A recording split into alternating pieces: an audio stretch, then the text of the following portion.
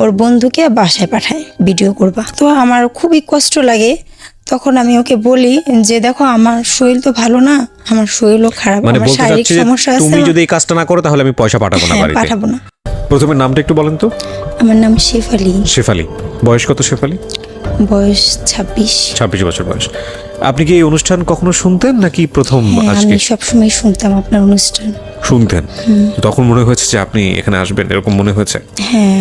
ঠিক আছে, বলেন শুনি একটু কি গল্প আপনার। আমরা 4 বোন 1 ভাই। আমার আব্বু জুতার কারখানায় কাজ করতো, লেডিস। তো ওইখানে কাজ করতে করতে আমার মা গার্মেন্টসে কাজ করতো। তো আমরা তখন অনেক ছোট, অনেক কষ্ট করে মানে আর কি দুজন কাজ করে, আমার আব্বু কাজ করে মানে আর কি সংসার চালাইতো। তো এমনও দিন যাইতো যে আব্বু মানে আর কি খরচের টাকা দিতে পারে নাই, যার কারণে বাসায় আসেনি রাত্রে। মা ঝগড়া করবো এই কারণে আসেনি। পরে ঈদের মধ্যে কাপড় চোপড় দিতে পারে নাই, এই কারণে আব্বু আসেনি। মা লুকায় সবার জন্য কাপড় চোপড় বানায় রাখতো।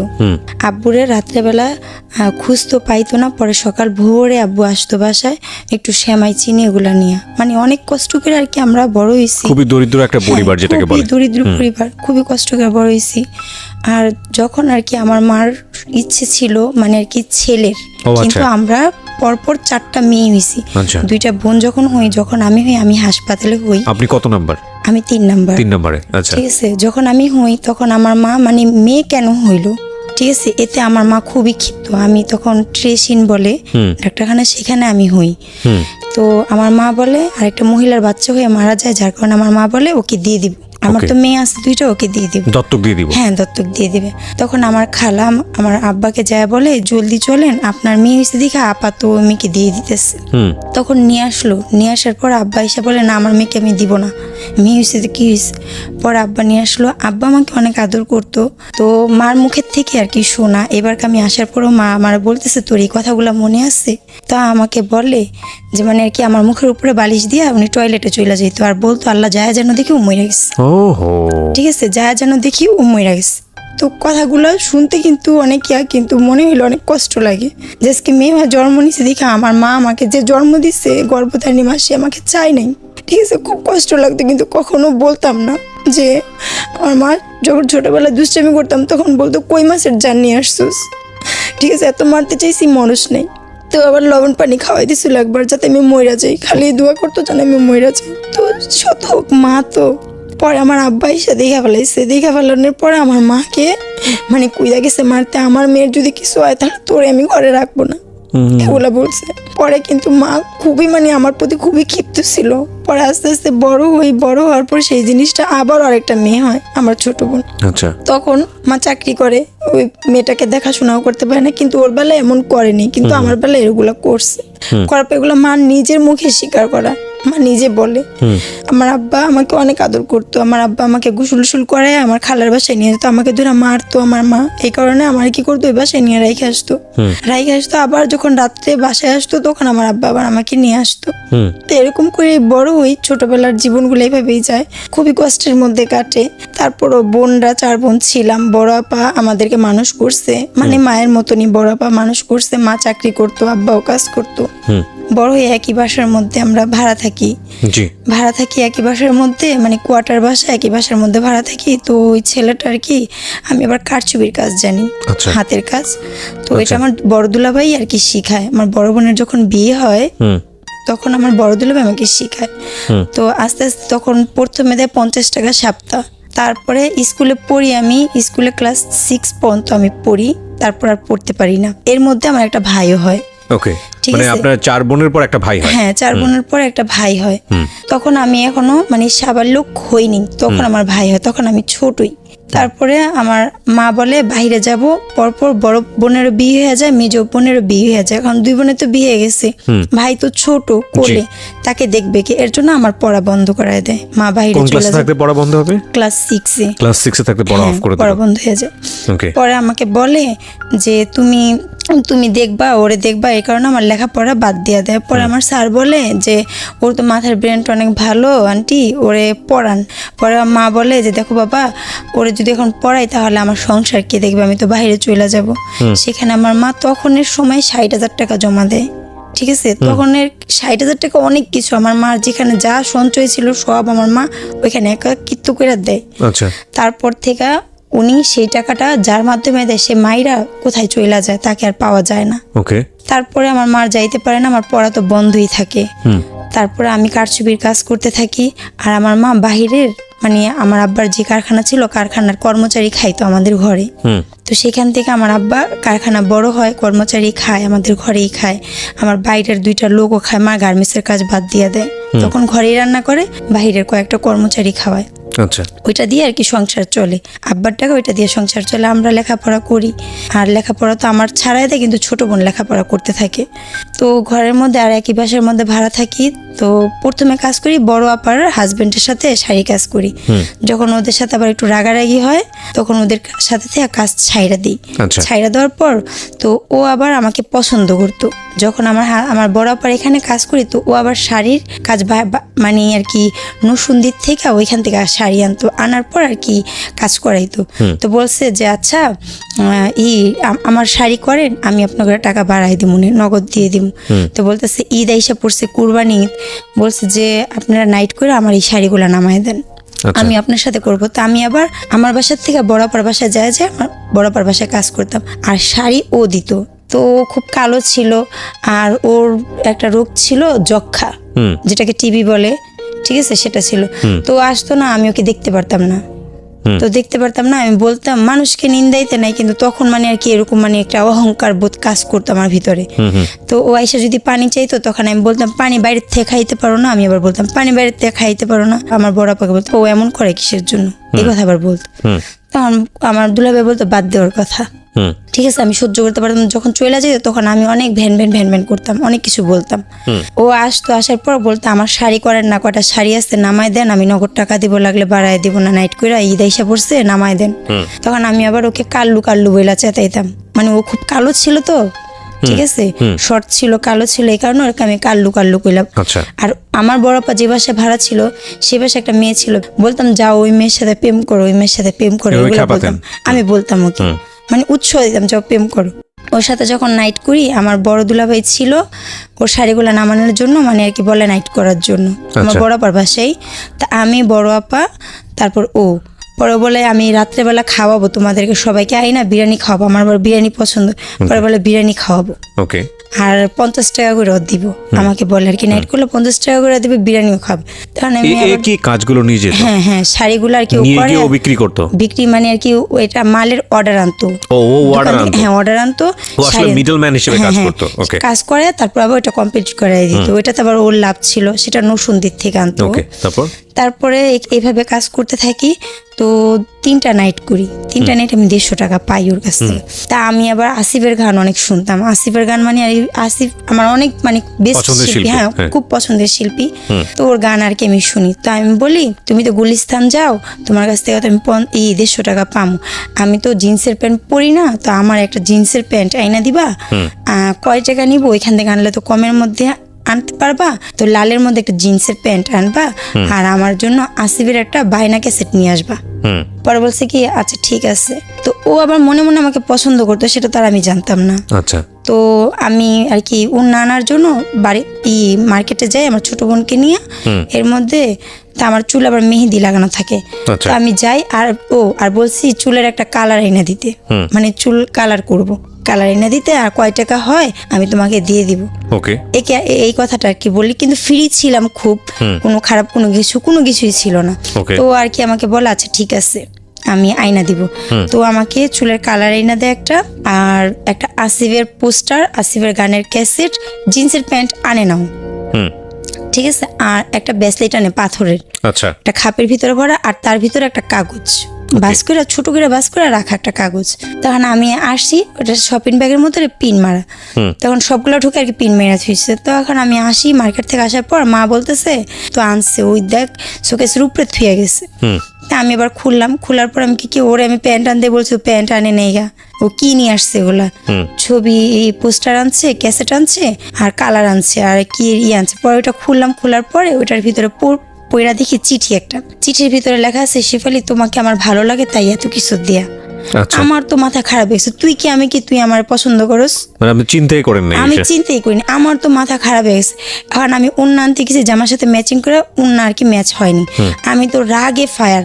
পরে আমি বলতেছি ও আসুক, ওর খবর আছে, ওর এত বড় সাহস। মা কয় কি হয়েছে? আমি কি ও আমার এগুলো লিখছি, ওর এত বড় সাহস, ও আসুক খালি, আমি ও আসলে বলবা বসতে, আমি আসতেছি। ওকে। মার্কেট থেকে উন্নাটা ম্যাচিং করে আনার জন্য আবার গেছি মার্কেটে, মানে এগুলা দেখে আমি আবার গেছি মার্কেট। কিন্তু আমার রাগ খুব। তো ও আয়শা বলতেছে মাকে, মা বলছে তুই কি কি লেখছোস, কি চিঠি দিছোস? ও তো একদম পুরা ফায়ার হয়ে গেছে, খুব রাগ এগুলো আর কি মা বলছে। পরে বলছে খালা আমি তো লেখাপড়া পারি না, আমার বন্ধুকে আমি বলছি ঈদের একটা শুভেচ্ছা দিতে, আমার বন্ধু মনে এগুলা লেখা দিছে দুষ্টামি করে, মানে এটা বলে আর কি কথা কাটাই নিল। তো কথা কাটাই নেওয়ার পরে তো আমি আসলাম, আসার পরে কিন্তু আমার মনের ভিতরে একটা মানে আর কি সন্দেহ জাগলো যে ও এরকম কেন বললো, ঠিক আছে নিশ্চয়ই কোনো কারণ হবে, মানে একটা হাব ভঙ্গিমা দেখলে একটা বোঝা যায় না। তারপরে দিয়া যাক, এখন আমি আর কি বললাম মাকে, যাচ্ছে ঠিক আছে যাক, ওর সাথে আমি আর কথা বলবো না, ওর সাথে আমি আর কোনো কথা বলিনি, মানে রাগ আমি খুব। এখন না আমার একটা বান্ধবীর ভাই বলতেছে আপু আপনি তো প্রেম করেন না, একটা ছেলের সাথে কথা বলা দেখেন, যদি ভালো লাগে তাহলে আর কি রিলেশন করবেন। তখন আমি কারো কোনো রিলেশনের মধ্যে জড়াইনি। তখন আমরা একসাথে মানে আর কি ঈদের দ্বিতীয় দিন আর কি সকালবেলা রিক্সায় যখন উঠবো, ওই ছেলে আমি আমার বোন ছোট বোন আমরা যখন রিক্সায় উঠবো তখন এর দেখে ফেলাইছে, কিন্তু অরিজিনালি কিন্তু কিছুই না। তা আমার বান্ধবী ছিল, বান্ধবীর ভাই ছিল, সবাই ছিল, দেখে ফেলেছে। এখন তো আমি তো ভয় নি, আল্লাহ মাকে যদি বলে তাহলে তো মা মারবো বাসায় গেলে। এখন ওকে আবার সেটিং দেওয়ার জন্য ওর সাথে আবার কথা বলছি। পরে বলতেছে না, পরে আমার বলতেছে তুমি কি আমার সাথে রাগ করে আসো, আইসক্রিম খাও। কোন আইসক্রিম? আমি আমার আবার কোন আইসক্রিম পছন্দ, কোন আইসক্রিম খাও। পরে আমি বলি কি আচ্ছা ঠিক আছে, রাত্রেবেলা মা দেখলে বকা দিব। পরে ও কি করলো, চুপ করে আমার জন্য আর আমার ছোট বোনের জন্য 2টা আইসক্রিম আনলো, আইনা আমাকে দিল। পরে খাইলাম। তো ও আমাকে পছন্দ করার পরে ও আর কি একজনের সাথে আর কি বলে যে আমি তো এরকম একটা মেয়েকে পছন্দ করি, তো তোমার কাছে কি কোনো ভালো ফকির টুকির আছে? মেয়েটা তো আমাকে পছন্দ করে না। মানে ফকির ধরে আপনার জন্য তাবিজ কিছু করবে। আচ্ছা। তো আমার এই ঘটনাটা আবার আমার মা জানতে পারে, যে এই ছেলের সাথে বলে, সেই ছেলেটা যেভাবেই হোক যে কোনোভাবেই আমার মার কানে খবর আসে। তখন আমার মা বাড়ির ভিতর অনেক ঝগড়া লাগাই দেয়, একই বাসায় ভাড়া থেকে অনেক ঝগড়া লাগাই দেয়। তখন আমার মা বলে কি তুই কিছু বলস না, তুই কিছু বলস না। তখন আমি বাড়ি ভরা মানুষের সামনে যাই ওকে মানে ওর সামনাসামনি আমি ওকে বলি, এই তোর মতন ছেলের আমার পায়ের নখের যোগ্যতা আছে, তুই আমাকে পছন্দ করস, আমি এই কথাটা বলি। এর জন্য ওর সাথে আর আমাদের সাথে কোনো কথা নাই। একই বাসায় থেকে আমার ছোট বোনের জন্মদিন হইলো, তো আমার বিরিয়ানি তো বললাম আগে আমার খুব পছন্দ, তো বাবুর্চিতে বিরিয়ানি রান্না হয়েছে, আমি সারাদিন খালি বিরিয়ানি খেয়েছি একটু পরে তো আমার পেটে ব্যথা উঠে গেছে। এই পেটে ব্যথাটা আমার প্রায় সময় উঠতো। যখন পেটে ব্যথা উঠলো তো মারা সবাই ঘরে টিভি দেখতেছিল, আর আমার পেটে ব্যথা উঠছে দেখে আমি আবার মেজো আপার ঘরে চলে গেলাম। মেজো আপার ঘরে গিয়ে আমি পেট ধরে কাঁদতেছি, মা ঘুমাইতেছিল। তা আমার মেজপা শাশুড়ি যায় বলে এ নার্গিস জলদি উঠো, তোমার মেয়ে তো কাঁদতেছে পেটে ব্যথায়, জলদি উঠো। মা উঠছে, আমার পেটে ব্যথা এত পরিমাণ পেটে ব্যথা যা বলার বাইরে, ঠিক আছে। পরে মা আমাকে আল হেলাল হাসপাতালে নিয়ে গেল। জেনারেল হাসপাতালে নিয়ে যাওয়ার পরে ওইখানে তারা আমাকে দেখলো, দেখার পর ইঞ্জেকশন দিল, পরে ব্যথা কমলো, ঘুমের ইঞ্জেকশন দিল আবার। তখন ওইখান থেকে নিয়ে আসলো, আর এর পিছনে ও আবার গেছে। পরে বলতেছে খালা টাকা লাগবে, টাকা লাগলে আমার থেকে নেন, আমার কাছে টাকা আছে, টাকা নেন। পরে বলতেছে না টাকা লাগবে না। পরে মানে আর কি আমি আমার নিয়ে এই হাসপাতাল বাসায় নিয়ে আসলো। নিয়ে আসার পরে মানে আর কি যখন ইঞ্জেকশনের সব পাওয়ারটা চলে গেলো, আবার পেটে ব্যথা। এই পেটে ব্যথা করতে করতে পরে মানে আর কি আমি 12 দিন মানে ঘরের ভিতরে রেখে আমাকে 5 দিন ট্রিটমেন্ট দেয়, আমাকে ইঞ্জেকশন দেয়, ঘুমের ইঞ্জেকশন, যেটাকে নেশার ইঞ্জেকশন বলে। তো আমার মামা এসে বলে তুই তো এইভাবে করে মেয়েটাকে মাইরা ফেলাবি। যখন ইঞ্জেকশনটা আমার স্যালাইনের ভিতরে পুশ হয়, তখন আমার পুরা হাত মানে জইলা পুরা ছাড়খাড় হয়ে যায়, ঠিক আছে। তখন বলতেছে মেয়েকে তুই ইঞ্জেকশন দিয়ে মাইরা ফেলাবি। কিসেন্ট হাসপাতালে ওনাদের কেমন ভাই হয়, আমাদের মামা লাগে, ওনার কাছে নিয়ে যায় ওকে দেখা। পরে নিয়ে যাওয়ার সাথে সাথে আমাকে ভর্তি করে কিসেন্ট হাসপাতালে শাহবাগ। পরে সেখানে ভর্তি করার পরে তো আমি 12 দিন না 10 দিন থাকি।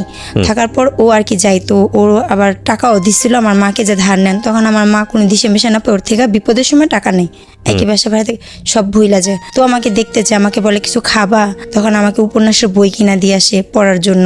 তারপরে যখন আমি আসবো, আসার 2 দিন আগে আমি তো জানতাম যে আমাকে পছন্দ করে, আর আমি সে সবকিছুরই প্রমাণ পাইছি। তো আমাকে একটা আম দেয়, তখন কিন্তু আমের সিজন না, একটা আম দেয়, আমটা খুবই সুন্দর আমার মনে আছে। সে আমটা বলে কি আমটা তুমি খাবা। তখন আমটা খাওয়ার পরে আমটা খাওয়ার পরে না মানে ওর প্রতি একটা মানে আর কি মায়া কাজ করতো, ওকে দেখলে একটা মায়া কাজ করতো। যখন আমি আমার মাদের কাছে মানে ওকে না দেখতাম, তখন আমার মারা যেটা বলতো সেটাই ঠিক আছে। যখন আবার ওর কাছে যাইতাম তখন ওর কথাই ঠিক আছে, মানে এরকম পর্যায়ে চলে গেছি। আচ্ছা। পরে ও আর কি আমাকে দেখা করতে ডাকতো, আমি ওর সাথে দেখা করে এসে মা যদি বলতো যে দেখা করছোস, না আমি দেখা করিনি, মানে এগুলো করতাম। কিন্তু কেন করতাম, সেটা কি ভালোবাসা ছিল না কি ছিল সেটা আমি নিজেও জানি না। ঠিক আছে, তখনের বয়সটা তো আমার ওরকম বয়স ছিল না, যার কারণে ভালোবাসা ছিল না কি ছিল আমি বুঝতেই পারিনি। ওকে। যাক, পরে আমার মা এখান থেকে আমার জন্য ছেলে দেখতেছে, ছেলে এসে দেখে গেছে, তো পছন্দ হয়েছে। পছন্দ হওয়ার পর আর এইখান থেকে মানে আর কি ও আমাকে বলে চলো শিপা আমরা চলে যাই, তোমার জন্য তো ছেলে দেখতেছে, চলো আমরা চলে যাই। আমি অসম্ভব, কখনোই না, আমি যাব না। আমি গেলে আমার বড় আপা এইভাবে বিয়ে করছে, আমি যদি এভাবে বিয়ে করি তাহলে আমার মা অনেক কষ্ট পাবে। আমি ওকে আবার বলছি, পরে ও বলছে আমার কাছে 10,000 টাকা আছে, চলো চলে যাই। তখন আমি ওকে না করছি ডাইরেক্ট, যে আমি যাব না, যদি আমার মা বাবাকে তুমি মানে আমাকে নিতে পারো তাহলে আমি যাব, তার আগে আমি কখনোই তোমার সাথে যাব না, আর এমন কোনো কিছু করবো না। এ কথা আমি ওকে বলি। যখন আমাকে ছেলে দেখা যায় তখন আমার মানে আর কি আব্বা বলে যে ও তো এরকম ডিস্টার্ব করতেছে, ওকে একটা শিক্ষা দিতে হবে। তো কালকে তখন র্যাব নতুন নামছে, অনেক কড়া, র্যাব এরিয়া অনেক কড়া। তখন বলছে আমার আব্বা বলছে যে আব্বার একটা বন্ধু ছিল যে দোকানে মাল দিত, তো বলতেছে যে মামা কালকে যদি র্যাব আসে তাহলে তুমি শুধু বলবা ও তোমার উন্নাধেরা টান দিচ্ছে। এ কথা আর কি আমার আব্বা আমাকে বলতে বলছে। তখন আমি বললাম যে ওর টাকায় ওর সংসার চলে, ওর বাবা তো খরচপাতি দেয় না, খোঁজখবর নেয় না। আজকে যদি আমি এই কথাটা বলি তাহলে ওর সংসার কিভাবে চলবে, সংসার বন্ধ হয়ে যাবে, সংসার বন্ধ হয়ে যাবে। তো একজনের এই ক্ষতিটা করা তো ঠিক না। তখন আমি আবার আব্বাকে বললাম আব্বা এই জিনিস করব, তখন ও তো পরবর্তীতে আমার ক্ষতি করতে পারে। তখন আমার আব্বা বলে যে তোমার এত কিছু চিন্তা করা লাগবে না, ও যখন আসবে তখন তুমি বিয়ে হয়ে অনেক দূরে চলে যাবা। আব্বা আমার এই কথা বলে। তখন আমি বললাম আব্বা যে খুঁজা বের করার সে মাটির নিচের থেকেও খুঁজা বের করবে। তখন আব্বা আমাকে ধমক দেয়। তা আমি চাইতেছিলাম না যে কারো কোনো ক্ষতি করি, কেননা কারো ক্ষতি করে কেউ তো কখনো ভালো থাকতে পারে না। এই জিনিস সব অনেক আগের থেকে আমার ভিতরে জিনিসগুলো কাজ করতো। তখন আমি ভাবলাম যে যেখানে আমার বিয়ে ঠিক করছে আমি সেই দেশে চলে যাই, আমার খালার বাড়িতে। অথচ আমি রাস্তাঘাট কিছু চিনি না, শুধু জানি ভৈরব যেতে হবো, ওইখান থেকে আর লঞ্চে কইরা আমার খালার বাড়িতে যাব, মানে এটাই আর কি জানতাম। তো আমি আবার 200 টাকা আমার এখান থেকে আমি চুরি করি, যার সাথে আমার বিয়ে ঠিক করছে তাকে আমার খালার বাড়িতে যে আমার খালাকে বলবো যে আমাকে বিয়ে দিয়ে দেন এইখানেই। কিন্তু আমার অরিজিনালি এমন কোনো কিছুই ছিল না যে আমি ওর সাথে পালাই যাবো। আমি শুধু ওকে বাঁচাইতে চাইছি। আমি চাইনি যে আমাকে তোমরা অন্য জায়গায় বিয়ে দিয়ে দিবা, ঠিক আছে, কিন্তু আমি কারো জীবন নষ্ট করতে চাই না। আজকে ওকে মারধর করবে, ওর মা কাঁদবে, অভিশাপ দিবে, সেই অভিশাপগুলো তো আমার গায়ের হিসাব পড়বে অবশ্যই। ঠিক আছে, ভালো মানুষ বাঁচতেই পারে, সেটা তো কোনো অপরাধ না। ঠিক আছে, যার জন্য আমি এগুলো আর কি ভাবছি। তো আমি যখন ওকে বলি যাওয়ার কথা, তখন আমি সকালবেলা ওঠার পর আমি আবার বালিশের নিচে একটা চিঠি লেখা যাই, মা আমি খালাম্মার বাসায় গেলাম, তোমরা আমার জন্য কেউ টেনশন করো না, ঠিক আছে। তো এখন ও বাড়িতে নেই, আমিও বাড়িতে নেই। তো আমার মা আবার বললো যে তোর আব্বাকে বল আধা কেজি আটা না 3 পা আটা আনতে। তা আমি আবার দোকানে গেছি, দোকানে যাই আমি আব্বারে বললাম আব্বা আধা কেজি আটা না 3 পা আটা নিতে বলছে আম্মা। তো এই কথা বললে ওইখান থেকে ব্যাগ নিয়ে আমি বাইরে থেকেই চলে গেছি, আমি আর থামিনি। ও আবার ওর মার ব্যাংক ভেঙে ফেলাইছে, ভেঙে সব টাকাগুলো নিয়ে নিচ্ছে। ওর মা পয়সা টাকা টুকা জমাইছে, ওগুলো নিয়ে নিচ্ছে। নিয়ে নেওয়ার পরে ওর কাছে তখন টাকা ছিল না, কিন্তু ও তো পালায় যাবে আমার সাথে, কিন্তু আমার তো এগুলো ছিল না প্ল্যান। তো আমি যখন বাংলা স্কুলে এখানে যাই তখন আমি বললাম এরকম এরকম আব্বা বলছে তুমি চলে যাও এখান থেকে, আমি চাই না তোমার কোনো ক্ষতি হোক। তা আমি বাসে উঠি, গুলিস্তানের বাসে। ও আমার সাথে সাথে বাসে উঠে। ওঠার পর আমাকে বলে তুমি যেখানে যাইবা আমি তোমাকে সেখানে পৌঁছায় দিয়ে আসবো, চলো, তুমি তো চিনবা না, আমি তোমাকে দিয়ে আসবো। তো এই ভাইবা ও যায় আমার সাথে। যাওয়ার পরে আমি বলছি তোমার সাথে আমি যাওয়ার জন্য আমি আসিনি। পরে বলছে সমস্যা নাই, তাহলে আমি তোমার যে জায়গায় যাবো সেখানে আমি তোমার পৌঁছায় দিয়ে আসবো। তাই আমি ভাবলাম যে পৌঁছায় দিয়ে আসলে মানে তখন আমার সেন্সে এতটুকু কাজ করে নাই যে আমি যে ওর সাথে যাইতেছি তার পরিণত কি হবে, ভালো হবে বা খারাপ হবে। তখন এখান থেকে গেলাম, যাওয়ার পরে তখন ছিল 15 আগস্ট শোক দিবস। আচ্ছা, ঠিক আছে। তো রাস্তাঘাট আমরা যখন গুলিস্তানে যাই সব গাড়ি ঘোড়া বন্ধ। এখন আমাকে বলে গাড়ি তো বন্ধ, কোথায় যাবা, এখন তো বাসাও যাইতে পারবা না, তাহলে চলো তুমি আমার দাদির বোনের বাসায় চলো, ওইখান থেকে কালকে আমি তোমাকে পৌঁছায় দিয়ে আসবো। তাই আমি ভাবলাম ঠিক আছে তাহলে যাই। তখনও আমি মাথায় আমার কোনো কাজই করতেছিল না। পরে গেলাম, যাওয়ার পরের মধ্যে আমার যেই মালিক মহাজনের কাজ করতাম শাড়ি কাজ, তার মোবাইলে ফোন দিলাম। ফোন দেওয়ার পর আমি বললাম যে খালেক ভাই মাকে বললেন যে আমি এরকম এরকম একটা মহিলার সাথে আছি, রাস্তায় তো হরতাল, এর জন্য যাইতে পারিনি, ওনার সাথেই আমি আছি, আমি খালামার বাসায় কালকে যাব, টেনশন যেন না করে, এটা আর কি আমি বলছি। বলার পরে উনি বলছে আচ্ছা ঠিক আছে। পরে বুঝা ফেলাইছে যে আমাকে নিয়ে ও পালাই গেছে, কিন্তু অরিজিনালি তো পালাই যায়নি। ঠিক আছে, তখন বলে তোমরা থাকো, 2 দিন পরে আমি তোমাদের বিয়ে করাই দিব, এই কথা বলে। কিন্তু আমি তো বিয়ে করবই না, আমি তো ওকে বিয়ে করবই না। তো এখন অনেকভাবে ও বুঝায় আমাকে, বোঝানোর পর যেই নাম্বার থেকে আমরা ফোন দিই সেই নাম্বারে ওই মহাজন ফোন দেয়। ফোন দেওয়ার পর আমরা দুজন বইসা থাকি, ওইখানেই বসে থাকার পরে জিজ্ঞাসা করে এখানে কি একটা মেয়ে আছে, মেয়েটার গায়ের রং এরকম, মেয়েটার চুলগুলা লাল। তখন আমি বলি বইলেন না, কিন্তু লোক বইলা দেয়। পরে ওইখান থেকে আমার দুলাভাইরা সবাই আর কি জিজ্ঞাসা করে এটা কোন জায়গা, কোন দেশ, জায়গার নাম জিজ্ঞাসা করে। ওইখান থেকে আমাকে নিয়ে রিটার্ন ব্যাক করে। না বিয়ে করতে পারিনি। পরে ওইখান থেকে আসার পর ঢাকা আসি। হ্যাঁ, ঢাকায় আবার চলে আসি। ওর বাড়ি হলো শরীয়তপুর, ঠিক আছে। আমাকে নিয়ে শরীয়তপুর চলে যায়। শরীয়তপুরের থেকে আমাকে নিয়ে আবার ঢাকা চলে আসে। ঢাকা আসার পর ওর চাচার বাসায় যায়। ওর চাচার মানে ওর চাচিও অনেক উল্টাপাল্টা কথা বলে, তুমি কি ও কি দেখছো, হ্যান তেন অনেক কথা বলে। তখন আমি অনেক কাঁদার পর ও আবার ওইখান থেকে যেই ভাই মানে আর কি মিথ্যা কথা বললে আর কি করে তার কাছে যাই। এখন সে বলে শিপা এখানে থাইকো না 1 মিনিটও, এখানে থাকলে অনেক সমস্যা হবে, তোমার মারা পুলিশ আনছে এই সে অনেক ভয় দেখায়। যার কারণে ওইখান থেকে উনি যদি তখনও বলতো যে শিপা আমি তো বুঝতে পারিনি, ঝামেলা হইতেছে, তুমি চইলা যাও বাসায়, বিয়ে যেহেতু হয়নি চইলা যাও বাসায়, তাহলে আমি চইলা যেতাম। আমি তো ভয় পেতেছি, কারণ আমার বয়সটা তখন কম, আমি অতটা ভালোভাবে বুঝতাম না। কত বছর বয়স তখন? তখন আমার 13 বছর বয়স। 13 বছর বয়স, ওকে, ঠিক আছে। তা আমি ভয়ে নাই, পরে মানে আর কি 13 তো খালি পড়ছি আমি, ঠিক আছে। তখনের কথা, তখন আমি চইলা যাই ওইখান থেকে। ও আমাকে মুন্সিগঞ্জে নিয়ে যায়, ওর ফুপুর বাড়িতে যাই। যাওয়ার পর ওর ফুপুরা রাখার পর আমি যাই 15 তারিখে, আমার বিয়ে হয় 28 তারিখে। এতদিন পর্যন্ত ওর ফুপুর বাড়িতে আমি থাকি। মানে শেষ পর্যন্ত আপনি রাজি হলেন নাকি বিয়ে করতে? হ্যাঁ, পরে আমাকে বলে দেখো এখন তুমি যদি যাও, আমি খালি বলতাম আমি বাসায় যাব। তখন আমাকে বলে যে তুমি যখন বাড়িতে যাও, যে মাথা উঁচা করে তুমি দাঁড়াইতা, তোমার সাথে তোমার কিছু হয় নাই, মানুষ তো তোমার খারাপ বলবে, বলবে তোমার সাথে আমার অনেক কিছু হয়েছে, অরিজিনালি তো কিছু হয় নাই। তখন আমি চিন্তা করলাম ঠিকই তো বলছে। আর আমি আমার ভাইকে অনেক ভালোবাসতাম, আমার মাকেও আমি অনেক ভালোবাসতাম। তো ওই খালি রাত্রেবেলা খালি কাঁদতাম, আমি আমার মার কাছে যাবো। যাই হোক, আপনি তারপরে ওকে রাজি হলেন? হ্যাঁ, পরে রাজি হই। উনাদের এখানে আমার বিয়ে হয়। বিয়ে হওয়ার পর এখানে আমরা সংসার করি। তার মানে একরকম জোর করেই আপনাকে আপনার হাজবেন্ড বিয়ে করলো। কিন্তু মানে এগুলো আর কি তখন তো আমি এটা বুঝতে পারিনি যে বিয়ে কাকে বলে। বিয়ে মানে সারা জীবন সুখে দুঃখে তার পাশে থাকা বা তার সাথে থাকা, এটাও আমি বুঝি নাই। বয়স তখন কত? ঠিক আছে, তো 13 বছর বয়স। আমি তখন বয়স কত ছিল?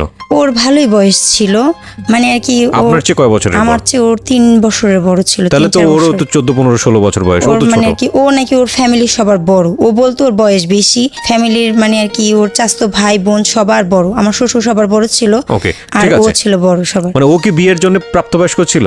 ওর নাকি ও 17 ছিল, 17, 18 ওর ছিল। মানে দুজনই খুব অল্প বয়সে, এটা বোঝা যাচ্ছে। তো এখন মানে ওর যে ব্রেনটা ছিল, যে জ্ঞানটা ছিল, সেটা আমার ছিল না। ঠিক আছে, জ্ঞান না থাকলে তো একটা ফ্যামিলিও চালাইতে পারতো না, তাই না? যেহেতু একটা ফ্যামিলি চালায়, সেহেতু ও ভালোই বুঝে। ঠিক আছে, তো আমাকে এগুলা বলে। তো প্রতিটা মেয়ের মনের ভিতরেই একটা চাহিদা থাকে যে আমার হাজবেন্ড এমন হবে, বা আমার স্বামী এরকম হবে, বা আমার স্ত্রী এমন হবে। প্রতিটা মেয়ে বা ছেলের মধ্যে একটা চাহিদা থাকে, যেই চাহিদাটা আমার অপূর্ণ, আমার জায়গায় আমার অপূর্ণই রয়ে গেছে। আমি সেটা কখনোই, আমার সেই খালি জায়গাটা আমার অপূর্ণই খালি রয়ে গেছে, সেটা কখনো ভরেনি। ও হয়তো আমাকে পায়ে হ্যাপি, কিন্তু আমি ওকে পায়ে কখনো হ্যাপি হই নাই, কখনো সেইভাবে আমি খুশি হইনি।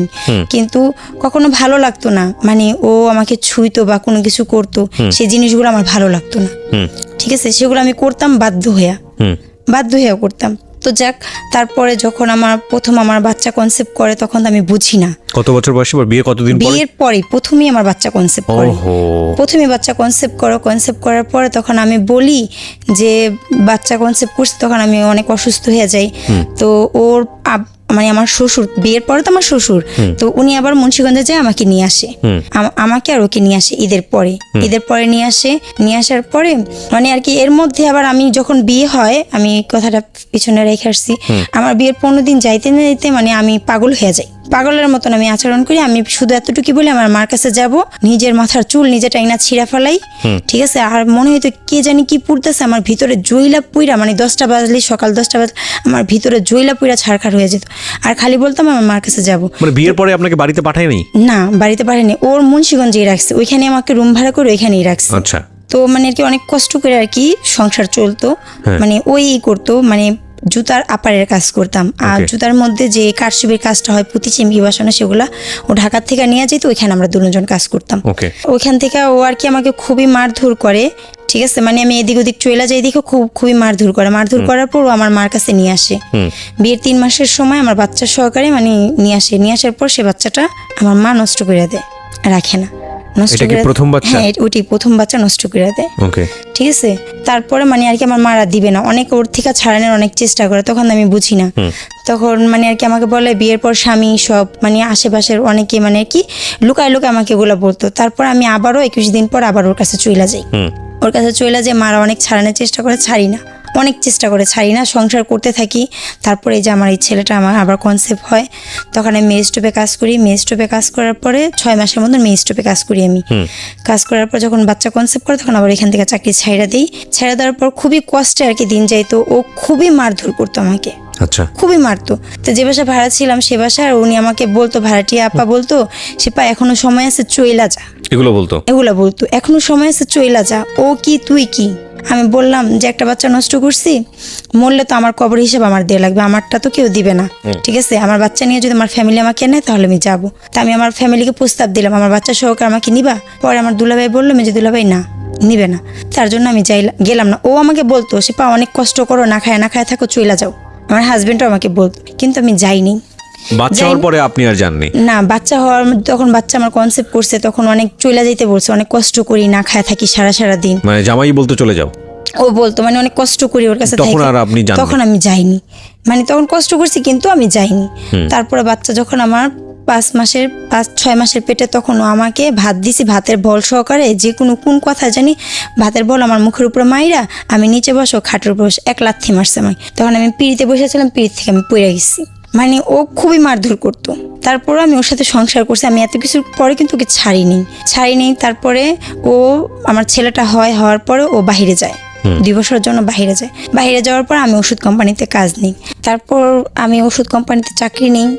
আমি মানে কি ওইখানেও কাজ করি, ও তো বাহিরে চলে যায়। তখন আমার ছেলেটা হয়, ছেলেটার বয়স তখন 1.5 বছরের মতন, তখন ও বাহিরে চলে যায়। মানে 1 বছর শেষ হয়ে মানে 2 বছর চলতেছে, তখন ও বাহিরে চলে যায়। বাহিরে যাওয়ার পরে দুবাই যায়, তখন দুবাই যায় 2 বছর থাকে।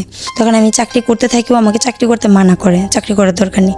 তাই আমি ভাবি যে চাকরি করবো, আমি কি একটা চেনের অনেক শখ, চেন নিবো, চেন নেওয়ার পর মানে একটা স্বর্ণের চেন কিনবো, কেনার পর চাকরি ছাইড়া দিব। এর জন্য চাকরি করে থাকি। অফিসে সবাই আমাকে চিনে, তখন এমন কোনো কিছু হয় না, সবাই চিনতো জানতো। তখন মানে একজনের সাথে ফোনে রং নাম্বারে আমার পরিচয় হয়। কিভাবে? মানে আমার মোবাইলে তখন ও আবার যাওয়ার পর, বাহিরে যাওয়ার পর যে মাসে যায় তার 2 মাস পরে আমার জন্য একটা ফোন পাঠায়। ফোনের মধ্যে তখন আর কি যখন ফোন ইউজ করি, তখন একটা রং নাম্বারে ফোন আসে। আচ্ছা। ফোন আসে, অনেক রং নাম্বারে আসতো, কথা বলতাম না, কিন্তু ওই রং নাম্বারে ফোনে কথা বলতো এমন ভাবে যে আমি তার সাথে কথা বলি, কিন্তু ওই ছেলেটা আমাকে চিনতো। মানে এটা আর কি ওরা আর কি বন্ধুরা প্ল্যান করে আমার সাথে কথা বলে। ছেলেটা চিনতো কিভাবে? ছেলেটা চিনতো কিভাবে, ওর এক বন্ধু বলতো যে মেয়েটাকে এরকম আমি ফোন দিই, মেয়েটা আমার সাথে কথা বলতে চায় না, পরে বলে দে আমি কথা বলে দেখ। এবং আপনি দেখা করতে যান? হ্যাঁ, দেখা করতে যাই। কথা বলার কতদিন পরে দেখা করতে যান? মানে কথা বলার মনে হয় মাসখানেক পরে। তখন আপনার হাজবেন্ড? ও তো বাহিরে দুবাই থাকে। দুবাইতে তখন? হ্যাঁ। তারপর? তো তখন আমি ওষুধ কোম্পানিতে কাজ করি। তখন আপনার একটা বাচ্চাও আছে? হ্যাঁ, বাচ্চাও আছে। জি। তো কথা বলার পর আমার ছেলে তো ছোট, একদম ছোট। তো কথা বলার পরে ও আর কি আমার সাথে দেখা করতে চায়। দেখা করার পর আমি তো বলি না আমার বিয়ে হয়েছে। যখন দেখা হয়, তখন দেখা হওয়ার পর আমি বলি আমাকে দেখা আপনার কি মনে হয়? কয় ভালো। আমি কি ভালো না, আমি ম্যারিড, আমার একটা ছেলেও আছে, আমার হাজবেন্ড বাইরে থাকে, এই কথাটা আমি বলে দিই। পরে বলে তো আমি কি যে তো আমি মিথ্যা কথা বলছিলাম যে আমি লেখাপড়া করি, আমি চাকরি করি। পরে ওর সাথে মানে এমনি কথাবার্তা বলি, কিন্তু ও ছিল ড্রাইভার। আচ্ছা। ও আমার সাথে মিথ্যা কথা বলে। তখন ও আবার বলে যে আমি মিথ্যা কথা বলছি, আমি কোনো লেখাপড়া করি না, আমি গাড়ি চালাই। আচ্ছা। ঠিক আছে, তখন একটা ফ্রেন্ডশিপ হয়, জাস্ট বন্ধুত্ব হয়। তো কিন্তু ওর কথাবার্তা খুবই ভালো লাগতো আমার কাছে, খুবই ভালো লাগতো ওর কথাবার্তা আমার কাছে। তো কথাবার্তা বলতাম। তো একদিন আমাকে বলে ওদের বাসায় নিয়ে গেছে, ওর মার সাথে কথা বলাইছে। এদের মধ্যে 6 মাস থাকে ওর সাথে আমার সম্পর্ক থাকে, 6 মাস, মানে সেটা জাস্ট বন্ধুত্বের, জাস্ট অন্য কোনো কিছুই না। তো আমার ছেলেকে খুবই আদর করতো, আমাকে মানে আর কি এমনি কোথাও বাইরে কোথাও ঘুরতে টুরতে যাইনি, ফোনিং যা কথাবার্তা রাস্তাঘাটে দেখা এই Okay, জাস্ট। okay, আর ওদের বাসায় একদিন গেছি, ওর মা ছিল, ওর মার সাথে দেখা করাই দিছে, ও কথা তার মানে বলছি। আপনার বাসা পর্যন্ত চলে গেছেন? হ্যাঁ, ওর বাসা গেছি, ওর বাসা মানে ঢাকার মধ্যেই ছিল। তো ওদের বাসায় যাই, আমি যাই, আমার বান্ধবী যাই, আমার ছেলে যায়, আমরা হাঁটতে হাঁটতে যাই। ওর মা অনেক কিছু রান্না করে, খাওয়া দাওয়া করি। তা আমার ছেলেটা আবার ও শিখাইতো বাবা ডাকতে, তো বাবা ডাকতো। তাই আমি বলতাম এগুলা কি শিখাও, আমি আবার বলতাম এগুলা কি শিখাও, কয় কি হয়েছে আমার পোলা, এগুলা বলতো, মানে দুষ্টামি করতো জাস্ট এরকমই, এমনি অন্য কোনো কিছু না। তারপর ওর মার সামনেও বাবা বাবা বলতো। আপনার এই ধরনের বন্ধুত্ব সম্পর্ক গড়ে উঠছে, এটা কি আপনার হাজবেন্ড জানতো দেশের বাইরে থেকে? না, ও জানতো না, কিন্তু ওর সাথে কথা বলে দিছিলাম, ফ্রেন্ডশিপ। ও বাংলাদেশে যখন আসে তখন ওর সাথে কথা বলে দিছিলাম যে আমি রং নাম্বার, আমার সাথে একজনের সাথে ফ্রেন্ডশিপ হয়, কথা বলো। আচ্ছা। আর আমার হাজবেন্ড আমাকে যেটা সবচেয়ে বড় কথা হলো সময় দিত না। ভালো মন্দ একটা সুখ দুঃখের কথা কার সাথে বলে, তার স্বামীর সাথেই তো বলে। তখন আপনার বয়সও অনেক অল্প, 14 বছর, 13-14 বছর বয়স। তখন আমার সাথে কথাও বলতো না ভালো করে, মানে আর কি ফোন দিত, দিয়া জিজ্ঞাসা করতো খাওয়া দাওয়া করছো, ভালো আছো, ছেলে কি করে, ভালো আছে, বা শেষ, এই আর কোনো কিছু না। কিন্তু একটা চাহিদা বা একটা ভালোবাসার কথাবার্তা ওর মধ্যে, সেই জিনিসগুলো আমি কখনো পাইনি। সবসময় খুঁজতাম ওর মধ্যে, যেটা আমি ওর মধ্যে পাইতাম না। তো মানে আর কি তারপর ও আমার থেকে দেখতে মানে বলে না মানানসই নাই, একদম মানে বেমানান, আপনার সাথে যায় না, একদম যায় না। ঠিক আছে, তারপর মানে আর কি বলতে হয় না এই কথাটা, কিন্তু তারপর আমি কখনো ওকে মুখের উপরে বলতাম না। মানুষ বলতো, সবাই বলতো যে কি এর সাথে কি, এগুলো বলতো। তো কিন্তু আমার কাছে খুব খারাপ লাগতো, ওকে যদি কেউ কিছু বলতো আমার কাছে খুব খারাপ লাগতো। শতক আমার স্বামী, তো খুব খারাপ লাগতো আমার কাছে। তো যাক, ওইখান থেকে ও 2 বছর থাকার পর ও বাংলাদেশে আসার পরে আর আবার কি করে আমার সাথে মিথ্যা কথা বলে ও বিয়ে করে। আমাকে বলে যে আমার ভাইয়ের জন্য মেয়ে দেখতেছি, কিন্তু মেয়ে ওর জন্য দেখা হইতেছে। তো তুমি তো আমার ফ্রেন্ড, তুমি আমার বন্ধু, তুমি আমাকে বলতে পারতা, আমার যেহেতু একটা সংসার আছে, আমি তো তোমার কাছে যাব না, তো তুমি বলতে পারতা যে আমার জন্য মেয়ে দেখতেছে, ভালো কথা। ও আমাকে বলে নেই, না বলার কারণে পরে যখন ও বিয়ে করার পর আমি যখন ওকে ফোন দিই, ও ফোন রিসিভ করে না। কি ব্যাপার, ফোন রিসিভ করে না? পরে একদিন ওর বউ ফোন রিসিভ করে, পরে দিয়ে এসে আমি কাইটা দিলাম। আমি কিছুক্ষণ পর আবার ফোন দিলাম। ফোন দেওয়ার পর ওর মা আবার আমাকে চিনতো, আমার নাম্বার দেখে চিনতে পারছে, পারার পর মা ফোন ধরার পর আমাকে বলে, তা আমরা এরকম করে হঠাৎ করে বিয়ে করাইছি ওকে, তো এখন তো ওর বউ যদি দেখে ফোন দিতে তাহলে মাইন্ড করবে, তো তুমি আর ওকে ফোন দিও না। তারপরে ওর সাথে আমার সবকিছু বন্ধ, আমি আর ওকে ফোন দিই না, ও আমাকে ফোন দেয় না। তা আমি আমাদের অফিস থেকে পিকনিকে নিয়ে গেল, পিকনিকে গেলাম। তো সেখান থেকে ও আবার আমাকে একদিন যখন আসি, তখন ও আমাকে দেখে রিক্সায় ও যাইতে থাকে, আমি হাইটে আসতে থেকে, আমার ছেলে তখন মানে ছোট ছোট পা দিয়ে হাঁটে, ওকে নিয়ে গেছিলাম। তখন ওকে নিয়ে আমি আসতে থাকি, তখন দেখার পর রিক্সা থামায়, আমার সাথে কথা বলার পর তো কথা বলি জাস্ট কথাই। তারপরের থেকে মানে ও আবার আমার পিছনে ঘোরা শুরু করে দিল, মানে ওর ভিতর একটা ভালো লাগা কাজ করলো। তখন মানে ওর কেন ভালো লাগছে তা জানি না, খুব ভালো লাগছে। তখন বারবার ফোন দেয়। তখন আমার কথা হলো, তুমি বিয়ে করছো, তোমার সংসার আছে, এখন তোমার সাথে আমার কথা বলা ঠিক না, এর জন্য আমি কথা বলতে চাইতাম না। ও বারবার ফোন দিত, পরে আমি কি বলছি, ফোন বন্ধ। আপনি বিয়ে করেছেন, হ্যাঁ, আমার সংসার থাকার পরও আপনি ওনার সঙ্গে বন্ধুত্ব করেছেন। সো ওর তো আপনার সাথে বন্ধুত্ব করতে গেলেও তো ওর তো যুক্তি থাকতে পারে যে না, আমারও সংসার আছে, আমি তোমার সাথে কথা বলবো, কিন্তু সমস্যা ছিল না। কিন্তু আপনি ওকে না করতেন কেন? কারণ আমি ওকে না করতাম কেননা ওই যে ওর মা আমাকে বলছে, যে ওর মা ওকে বলেছে, সে কারণে আমি বলতাম না। কারণ একটা স্ত্রী স্বাভাবিক সন্দেহ করতে পারে, নতুন বিয়ে করছে, অশান্তি হইতেই পারে স্বাভাবিক, একদিন 2 দিন। তার আগ পর্যন্ত আপনার হাজবেন্ড জানে না যে আপনার এই ছেলেটার সঙ্গে বন্ধুত্ব হয়েছে? না। ওকে। তখন মানে আর কি আমি কি করলাম, ও ফোন দেয় দেখে আমি সিম চেঞ্জ করে ফেলাইলাম। পরে ওর বন্ধুকে আমার বাসায় পাঠাইলো, বলছে যে সিম চালু করতে, না হলে ভাই উপরে আসবে। আমি কি আল্লাহ মানছি, মানে ওর বন্ধুকে পাঠাইছে। আচ্ছা, তখন আপনি অফিসে? আমি অফিস থেকে আইসা আমি ফ্রেশ ট্রেশ হয়ে আমি শুয়ে রইছি। ওর বন্ধুকে পাঠিয়েছে? ওর বন্ধুকে বাসায় পাঠাইছে। বাসায় আইসা, আপনার বাসায় কে কে ছিল?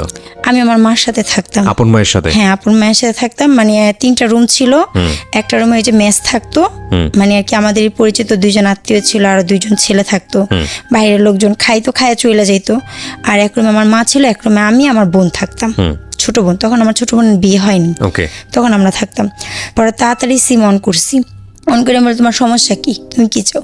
পরে বলে কি যে আমি তোরে চাই, আমি তোরে চাই, আমাকে এগুলো বলতে, আমি তোরে চাই। আমি দেখো তোমার বিয়ে হয়েছে, এগুলো কথা বাদ দাও, তোমার আল্লাহর দোহাই তুমি আমাকে ফোন দিও না। যদি তুমি আমাকে এক মুহূর্তের জন্য কখনো বন্ধু মনে করে থাকো, তাহলে তুমি আমাকে ফোন দিও না, ঠিক আছে? তুমি তো আমার সাথে বেমানি করছো, তুমি বিয়ে করছো, তুমি আমাকে বলতে পারতা। ও আর কি আমাকে আর কি ওইখান থেকে ওর সাথে আমার শেষ হয়ে যায়। শেষ হয়ে যাওয়ার পর আমাকে ফোন টোন দেয় না। তারপর আমি চাকরি ছেড়ে দিই। আমার হাজব্যান্ড বাহির থেকে চলে আসে। চলে আসার পর এখানে আমরা আবার সংসার করতে থাকি, ঠিক আছে। আবার 2 বছর সংসার করি, 2 বছর থাকার পর আবার বাহিরে চলে যায়। বাহিরে যাওয়ার পর তখন ওকে আমি বলি কিস্তি মিস্তি উঠায় পাঠানো হয়, ওকে আমার নামে কিস্তি থাকে। তখন কিস্তির লোনটা থাকে কম, 7,000 টাকা থাকে কিস্তির লোনটা, 7,200 টাকা মাসিক কিস্তি। তো সেটা শোধ হয়, শোধ হওয়ার পর আমি 90,000 টাকার লোন আবার উঠাই। তো ওকে আমি বলি তুমি যে টাকাটা পাঠাও সে টাকাতে তো সংসার হয় না, কিস্তি মিস্তি দিয়া ছেলের স্কুলে ভর্তি করছি, ওকে আর কি হয় না আমার। তখন ও আমাকে বলে কাজ কর, কাজ করলে তো সমস্যার সমাধান হয়ে যায়।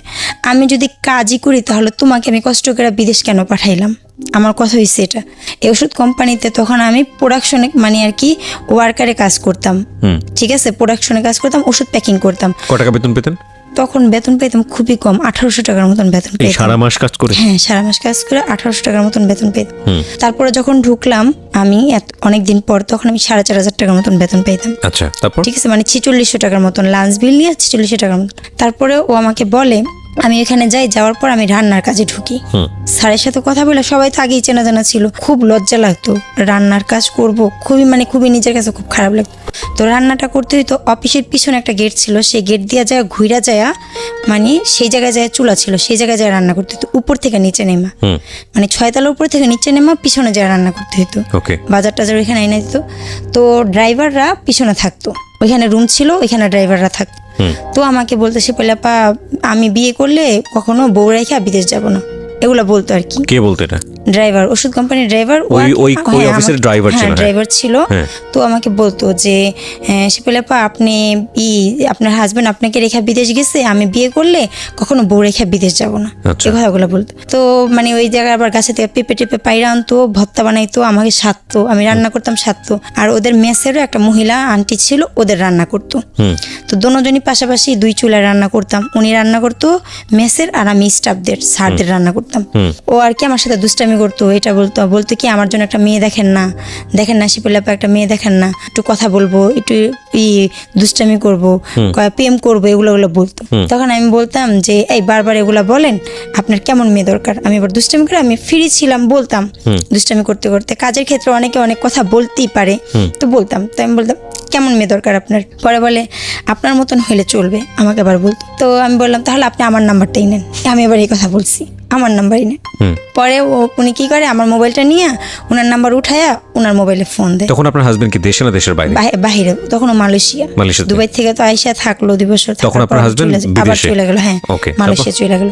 পরে ও আমাকে বলে যে আমাকে ফোন দিয়ে বারবার ও ফোন দিয়ে ও কথা বলে। আপনার কি ওই সময় ওই ছেলেটাকে ভালো লাগতো নাকি এমনিতেই? মানে ভালো লাগতো, মানে স্মার্ট ছিল, মানে একটা মেয়ে যেরকম একটা ছেলে বা যেরকম একটা মানুষকে সবসময় মানে আর কি পছন্দ করে, ওর মধ্যে সেরকম সবকিছুই ছিল। তো সে কারণে আপনি ওকে ইচ্ছা করে নাম্বারটা দিয়েছেন? ইচ্ছা করে না, এটা দুষ্টামির মধ্যেই দেওয়া হয়েছে।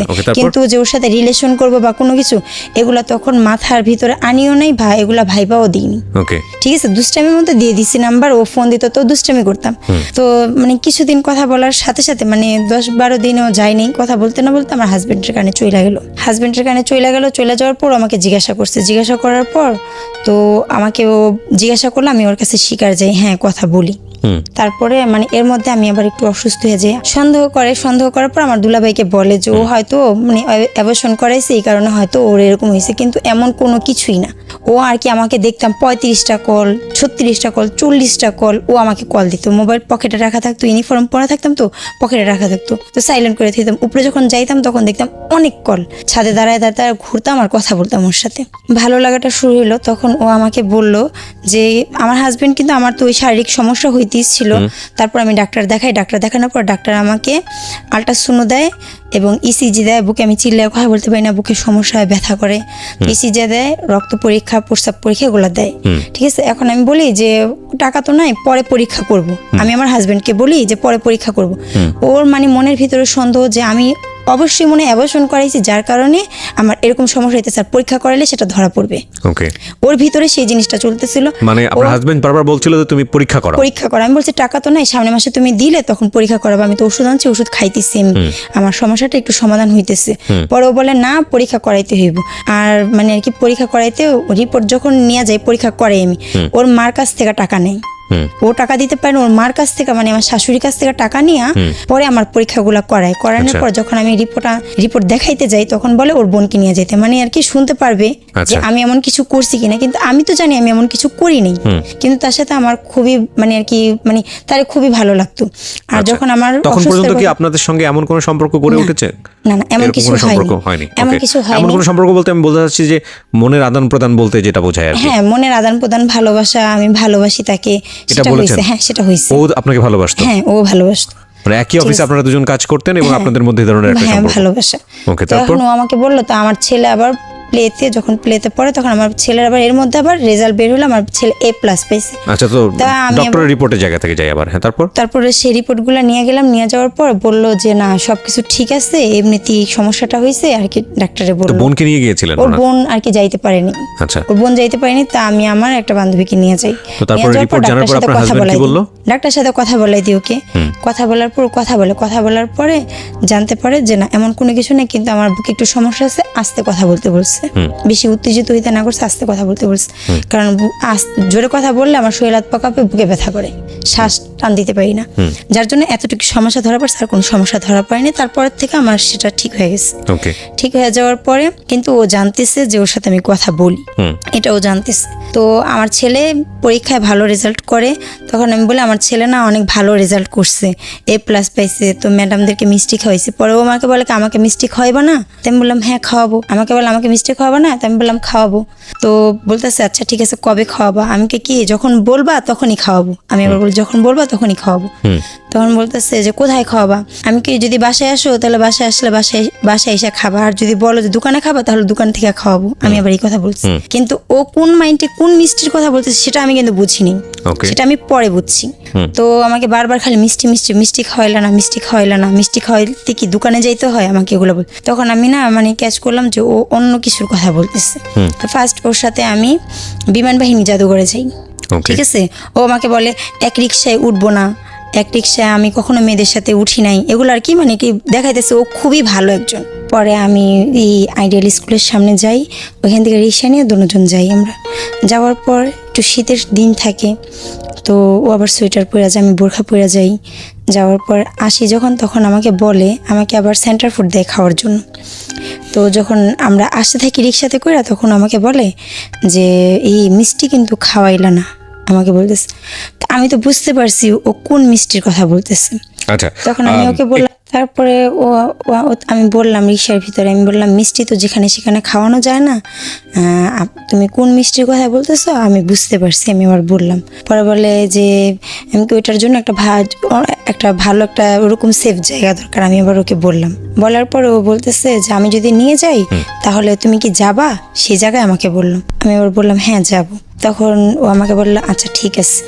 তো কথাবার্তা বলে আইসা পড়লাম। মানে আপনি ওকে অফার করেছেন? না, ও আপনাকে অফার করেছে। ও আমাকে অফার করছে।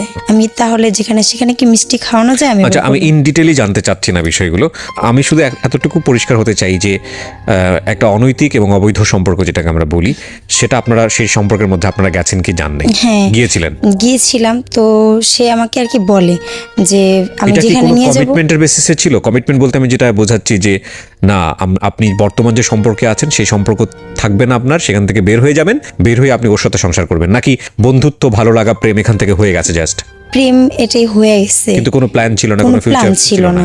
ঠিক আছে, কিন্তু আমার যখন ওর সাথে ফিজিক্যালি সম্পর্ক হয় তখন আমার মধ্যে একটা কাজ করতেছিল যে আমি ওকে পাইতে চাই সারা জীবনের জন্য। যেহেতু আমি ওইখান থেকে আমি আসছি আর ওর ভালোবাসা পাইছি, এটাকে আমি হারাবো না, এটা যেভাবে হোক এটাকে আমি চাই। ঠিক আছে, তো আমি শুধু ওর পিছনেই ছুটছি, অন্য কোনো কিছুর কথা চিন্তাও করিনি, মাথায় নিইনি যে কি হবে, আমার সংসার আছে বা কিছু। তখন শুধু ওর কথাই চিন্তা করছি 24 ঘন্টা। করতো না তখন আমাকে খারাপ কথা বলতো। হ্যাঁ, তখন আমাকে খারাপ কথা বলতো, মানে আর কি খুবই বাজে ধরনের কথা বলতো, মানে এত খারাপ কথা বলতো যেটা আমি ভাষায় প্রকাশ করতে পারবো না। আর ওর মানে আমি তো আমি ওকে ভালোবাসছি, যাই করছি আমি ওকে ভালোবাসা করছি। আর এটা আমি জানি। আর আমি আমার ভালোবাসাটাকে, হ্যাঁ আমি এটা অবৈধ সম্পর্ক, যেটা আমার করা উচিত হয়নি, আমি একটা সংসারে থেকে এটা করছি, এটা খুবই খারাপ, কিন্তু আমি ওকে ভালোবাসছি। ওকে, আমার মন থেকে আমি ওকে ভালোবাসছি। আমি যেরকম সবসময় মনে মনে খুঁজতাম একজনকে, চাইতাম একজনকে, ও সেরকমই একজন। এর জন্য আমি ওকে ভালোবাসছি। ওকে, আর এমন কোনো সম্পর্কের সাথে আমি কোনোদিনও জড়াইনি। জি, তারপর ঠিক আছে, যার কারণে আমি ওকে ছাড়তে পারিনি, যে ওর সাথে আমার এরকম একটা সম্পর্ক হয়ে গেছে, আমি এখন আর ওকে ছাড়তে পারবো না। আমি তো একজনের আমানত আমি ধরে রাখতে পারিনি, আমি তার আমানত খেয়ানত করছি। আমি এখন তার কাছে যাব কি নিয়ে? এটা আমি আপনার তার মনে কাছে, হয়েছে? হ্যাঁ আমার মনের কথা, আমি তার কাছে আর যাবো না ফেরত। আচ্ছা, ঠিক আছে, আমি এখন যাই হইব আমি ওকে চাই, কিন্তু ও কখনো বিয়ের কথাটা আমাকে বলতো না। ছেলেটা কখন আপনাকে বিয়ের না, কথা ও বলতো না? বলতো এটা অসম্ভব, এটা কি হইব, কখন এটা হইব না।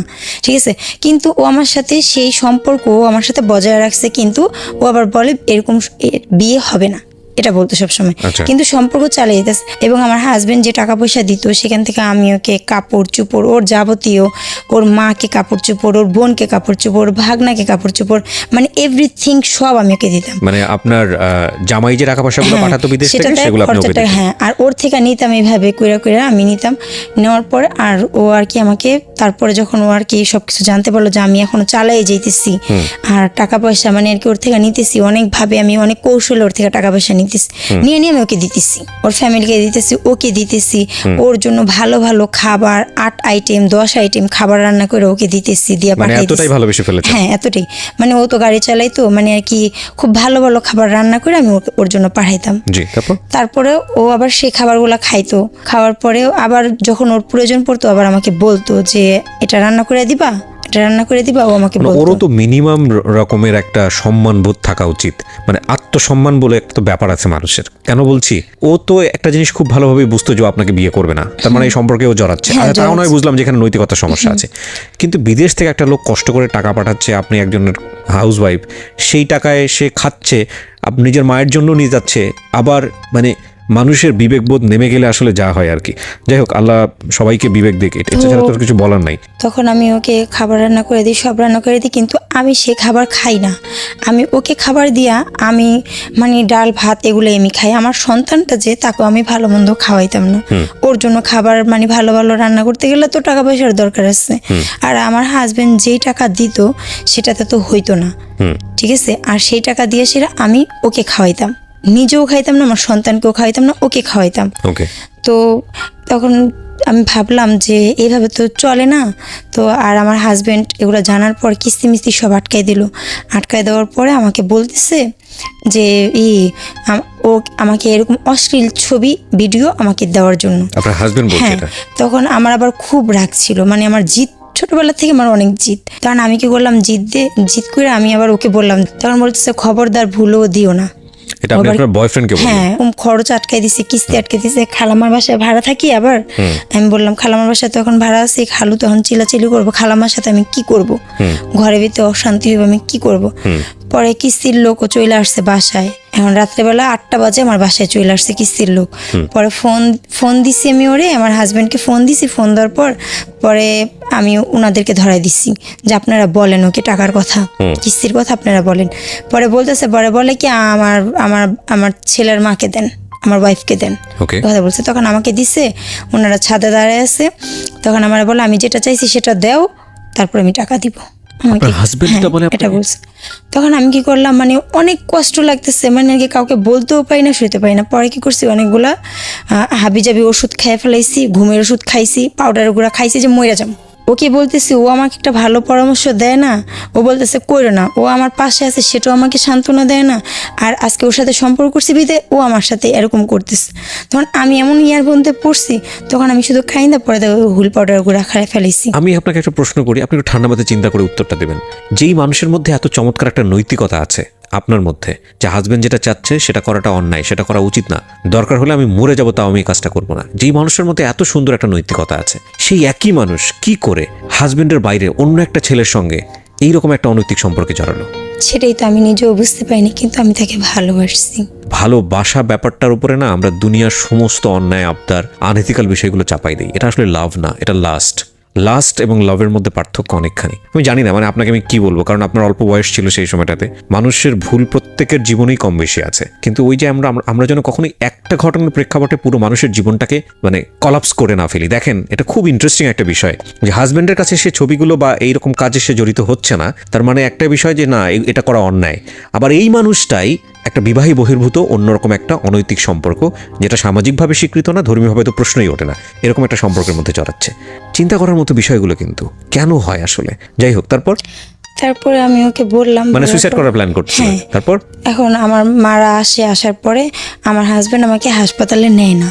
হাজবেন্ড কিভাবে নেবে? হাজবেন্ড তো দেশের বাইরে, মানে কি ও তো লোক দিয়ে নেওয়া হবে না, আমার টাকা তো না দিলে তো আমার চিকিৎসা তো হবে না। তো আমার অবস্থা অনেক খারাপ হয়ে যায়। খারাপ হওয়ার পর আজমল হাসপাতালে আমাকে পরের দিনকে ভর্তি করা হয়। আমার অবস্থা খুবই খারাপ হয়, পুরাটা ওয়াশ করা হয় আমাকে। ওয়াশ করানোর পরে তখন আমার হাজবেন্ডকে আমাকে ফোন দেওয়ার পরে বলে টেনশন করো না, তুমি সুস্থ হওয়া, মানে আমাকে সান্ত্বনা দেয়। সান্ত্বনা দেওয়ার পরে কিন্তু টাকা পয়সা, কিন্তু কিস্তির টাকা পয়সা কিছু দেয় না। পরের দিন আমি আসার পরে ওর বন্ধুকে বাসায় পাঠায় ভিডিও করবা। তো আমার খুবই কষ্ট লাগে। তখন আমি ওকে বলি যে দেখো আমার শরীর তো ভালো না, আমার শরীরও খারাপ, আমার শারীরিক সমস্যা আছে, তুমি যদি এই কাজটা না করো তাহলে আমি পয়সা পাঠাবো না বাড়িতে। পাঠাবো না। তখন আমার অনেক কষ্ট লাগে। তখন ও যখন আমাকে আচ্ছা, ততদিনে কি আপনার হাজবেন্ড জেনে ফেলেছে যে আপনার সঙ্গে এরকম একটা সম্পর্ক চলতেছে বাংলাদেশে? ও সব জানছে। তার মানে এমনও তো হতে পারে যে এই ভিডিওটা চাচ্ছে সে আপনাকে ব্ল্যাকমেইল করার জন্য বা কোনো কিছু করার জন্য, হতে পারে মেবি। সেটাই হইতে পারে। ঠিক আছে, তারপরে আমি ওকে ওর বন্ধুর থেকে ফোন নিয়ে আমার খালা টয়লেটে থেকে যখন আমি যাই, তখন আমার খালা অনেক কান্দে। আমি কি খালা, আমার ফোনটা আপনি ধরেন। ওনার হাতে ফোন দিয়ে আমার খালামা অজোরে কাঁদতে থাকে। তখন আমার শুধু এতটুকু লাগছে যে আমি খারাপ করছি, আমি জানি আমি খারাপ করছি, কিন্তু তুমি তো আমার স্বামী না, তুমি আরেকজনের মোবাইলে আমার এমন ছবি কিভাবে চাও? তোমার চাইতে কি একবারও ভাবো না যে সেই ছবিটা যদি তোমার বন্ধু দেখে তুমি যে চাইতেছো? তখন আমার অনেক কষ্ট লাগে। তখন আমি ওকে বলি, ও মানেই না। পরে আমি ভিডিওটা দেওয়ার পর আমার মন চাইছিল আমার পুরো শরীর আমি কাইটা ফেলাই, না রাখি আর কিছু। তখন আমি কি করছি, ব্লেড নিয়ে আমার হাতের ভিতরে এমন পুচাইছি, খালি কাটছি। আমার খালামা দেখা ধরছে আমারে, হাত কাইটা ফেলানোর পর আমার মন চাইছিল আমি আমার পুরো শরীরে কাইটা ফেলাই। কেননা ও এরকম একটা জিনিস আমার স্বামী হয়ে চাইছে, আমার মানে আর কি আর সহ্য করতে আমি পারতেছিলাম না, যার কারণে আমি এটা করছি। উন্নাদিমের হাত পেঁচে মার বাসায় যে আমি কাঁদি আর মারে বলি মা, এগুলো আমার মাকে বলি, মারা সবাই অনেক রাগ হয়। পরে ব্যান্ডেজ কিন্তু করি নেই, রক্ত পড়তেছে আমার হাত থেকে। পরে সেই ব্যান্ডেজ করে দুপুরবেলা কাটি, আমি সকালবেলা কাটি, সেই ব্যান্ডেজ করে আমি রাত্রেবেলা যাই। 2টা শিলি পরে আরো শিলি দিতে চাই, আমি বলে আর শিলি দেওয়া লাগবে না, আপনি ব্যান্ডেজ করে দেন শুধু। কিন্তু দাগগুলো রয়ে গেছে, এই দাগগুলো তো আমি আর সারা জীবন কখনো মেটাইতে পারবো না। আজকে ও এরকম করছে সেটা তো চিহ্ন রয়ে গেছে। এই দাগগুলোর দিকে যখনই তাকাই তখনই ওর ওই কথাটা মনে পড়ে যে আমার সাথে এই জিনিসটা করছে। কত সালের ঘটনা এটা? এটা 2016 সালের ঘটনা। 2016 সাল, ওকে। তারপর তখন আমি অনেক কাদার পরে তারপর ওর সাথে সংসার তো আমার ছিলই। তারপরের থেকে মানে ওই যে সাহস পেয়ে গেলো, কেউ কোনো প্রতিবাদ করলো না, আর আমিও নিরুপায় ছিলাম। ঠিক আছে, ও আমাকে নেবে না, কিন্তু ও আমার সাথে সম্পর্ক রেখে গেল। রেখে যাওয়ার পরে আর আমি সবচেয়ে বড় কথা, আমি ওকে আমার মন থেকে ভালোবেসে ফেলাইছিলাম। এটা ছিল আমার সবচেয়ে বড় দুর্বলতা, যেটাকে ব্যবহার করে আমাকে এই পর্যায়ে আজকে আনছে। খরচের টাকা প্রত্যেক মাসে যখন দিত তখনই আমার একটা করে ভিডিও চাইতো। আমার বড় আপা আবার বাহিরে ছিল, জর্ডানে ছিল। তো বড় আপা আবার একটা মোবাইল পাঠাইলো, আমার বলে ওই মোবাইলে, মানে আমি তো মোবাইল চালাইতে পারি না, তো আমাকে বলতো দেখো কি আমার এটার মধ্যে চাপ দিলে দেখবা সাইডে একটা সবুজ আছে গোল চিহ্ন, সেখানে চাপ দিলে ওইটা ঘুরবে আর ভিডিও হবে, তখন তুমি আমাকে ভিডিও করে ছাড়বা। মানে ওই ভিডিওটা যতক্ষণ ঘুরবে আমি আমার ভিডিওটা দেখাবো, দেখানোর পর গোল হয়ে ঘোরার পর ওর কাছে চলে যাবে ভিডিওটা। ঠিক আছে, ও আর কি আমাকে বলতো ফোনে, বলার পর আমি আবার ওইভাবেই করতাম। তো প্রত্যেক মাসে ও টাকা দিত আর এভাবে আমার থেকে ভিডিও নিত। মানে বিষয়টা এরকম ছিল যে তুমি ভিডিওগুলো যদি না দাও তাহলে টাকা পাবে না। মানে টাকা মানে ও ভিডিও দিলে ও টাকা দিত। ঠিক আছে, তখন ভিডিও দিতাম আর খুব কাঁদতাম। কেন কাঁদতাম? যে আমি চাইতাম না আমার শরীরটা ও আর দেখুক, আমার কোনো কিছু আর দেখুক, কেননা আমি এখন অন্য কাউকে ভালোবাসি, আমার এখন ওর সাথে ওগুলো আমার মানে সহ্য হইতো না, খুবই খারাপ লাগতো। তো এটা আমি ওকে বুঝাই পারতাম না। ঠিক আছে, আমি শুধু বলতাম আমি চাই না আমাকে আর কেউ দেখুক। আমার মনের ভিতরে আমার ভালোবাসার প্রতি এতটুকু বিশ্বাস ছিল, আমার কষ্টগুলা কোনো একদিন ও দূর করবে, এটা আমার বিশ্বাস ছিল। যে আমার ভালোবাসা দেখা ও একদিন হয়তো সবকিছু ফালায় আমাকে ভালোবাসবে, বা আমাকে তো ভালোবাসে, ও বলছে, ও আমাকে বলতো ভালো না বাসলে এতদিন পর্যন্ত সব যাই না, আমি তোর কাছে পড়ে থাকতাম না, এগুলো বলতো আমাকে। তো লুকায় লুকায় আসতো, ওর সাথে দেখা সাক্ষাৎ আমার বাসায় ও করতো। তারপরে আমি বলি যে এভাবে তো হয় না, ও তো আমার মূল্যায়নটাও বুঝতেছেই না। আমি বাইরে চলে যাই, যখন আমি দূরে যাব তখন হয়তো আমার ভালোবাসাটা বুঝবে। তারপরে আমি বাইরে গেলাম, বাইরে বলতে মানে দেশের বাইরে? দেশের বাইরে চলে গেলাম। তখন আপনার হাজবেন্ড হচ্ছে কোন দেশে?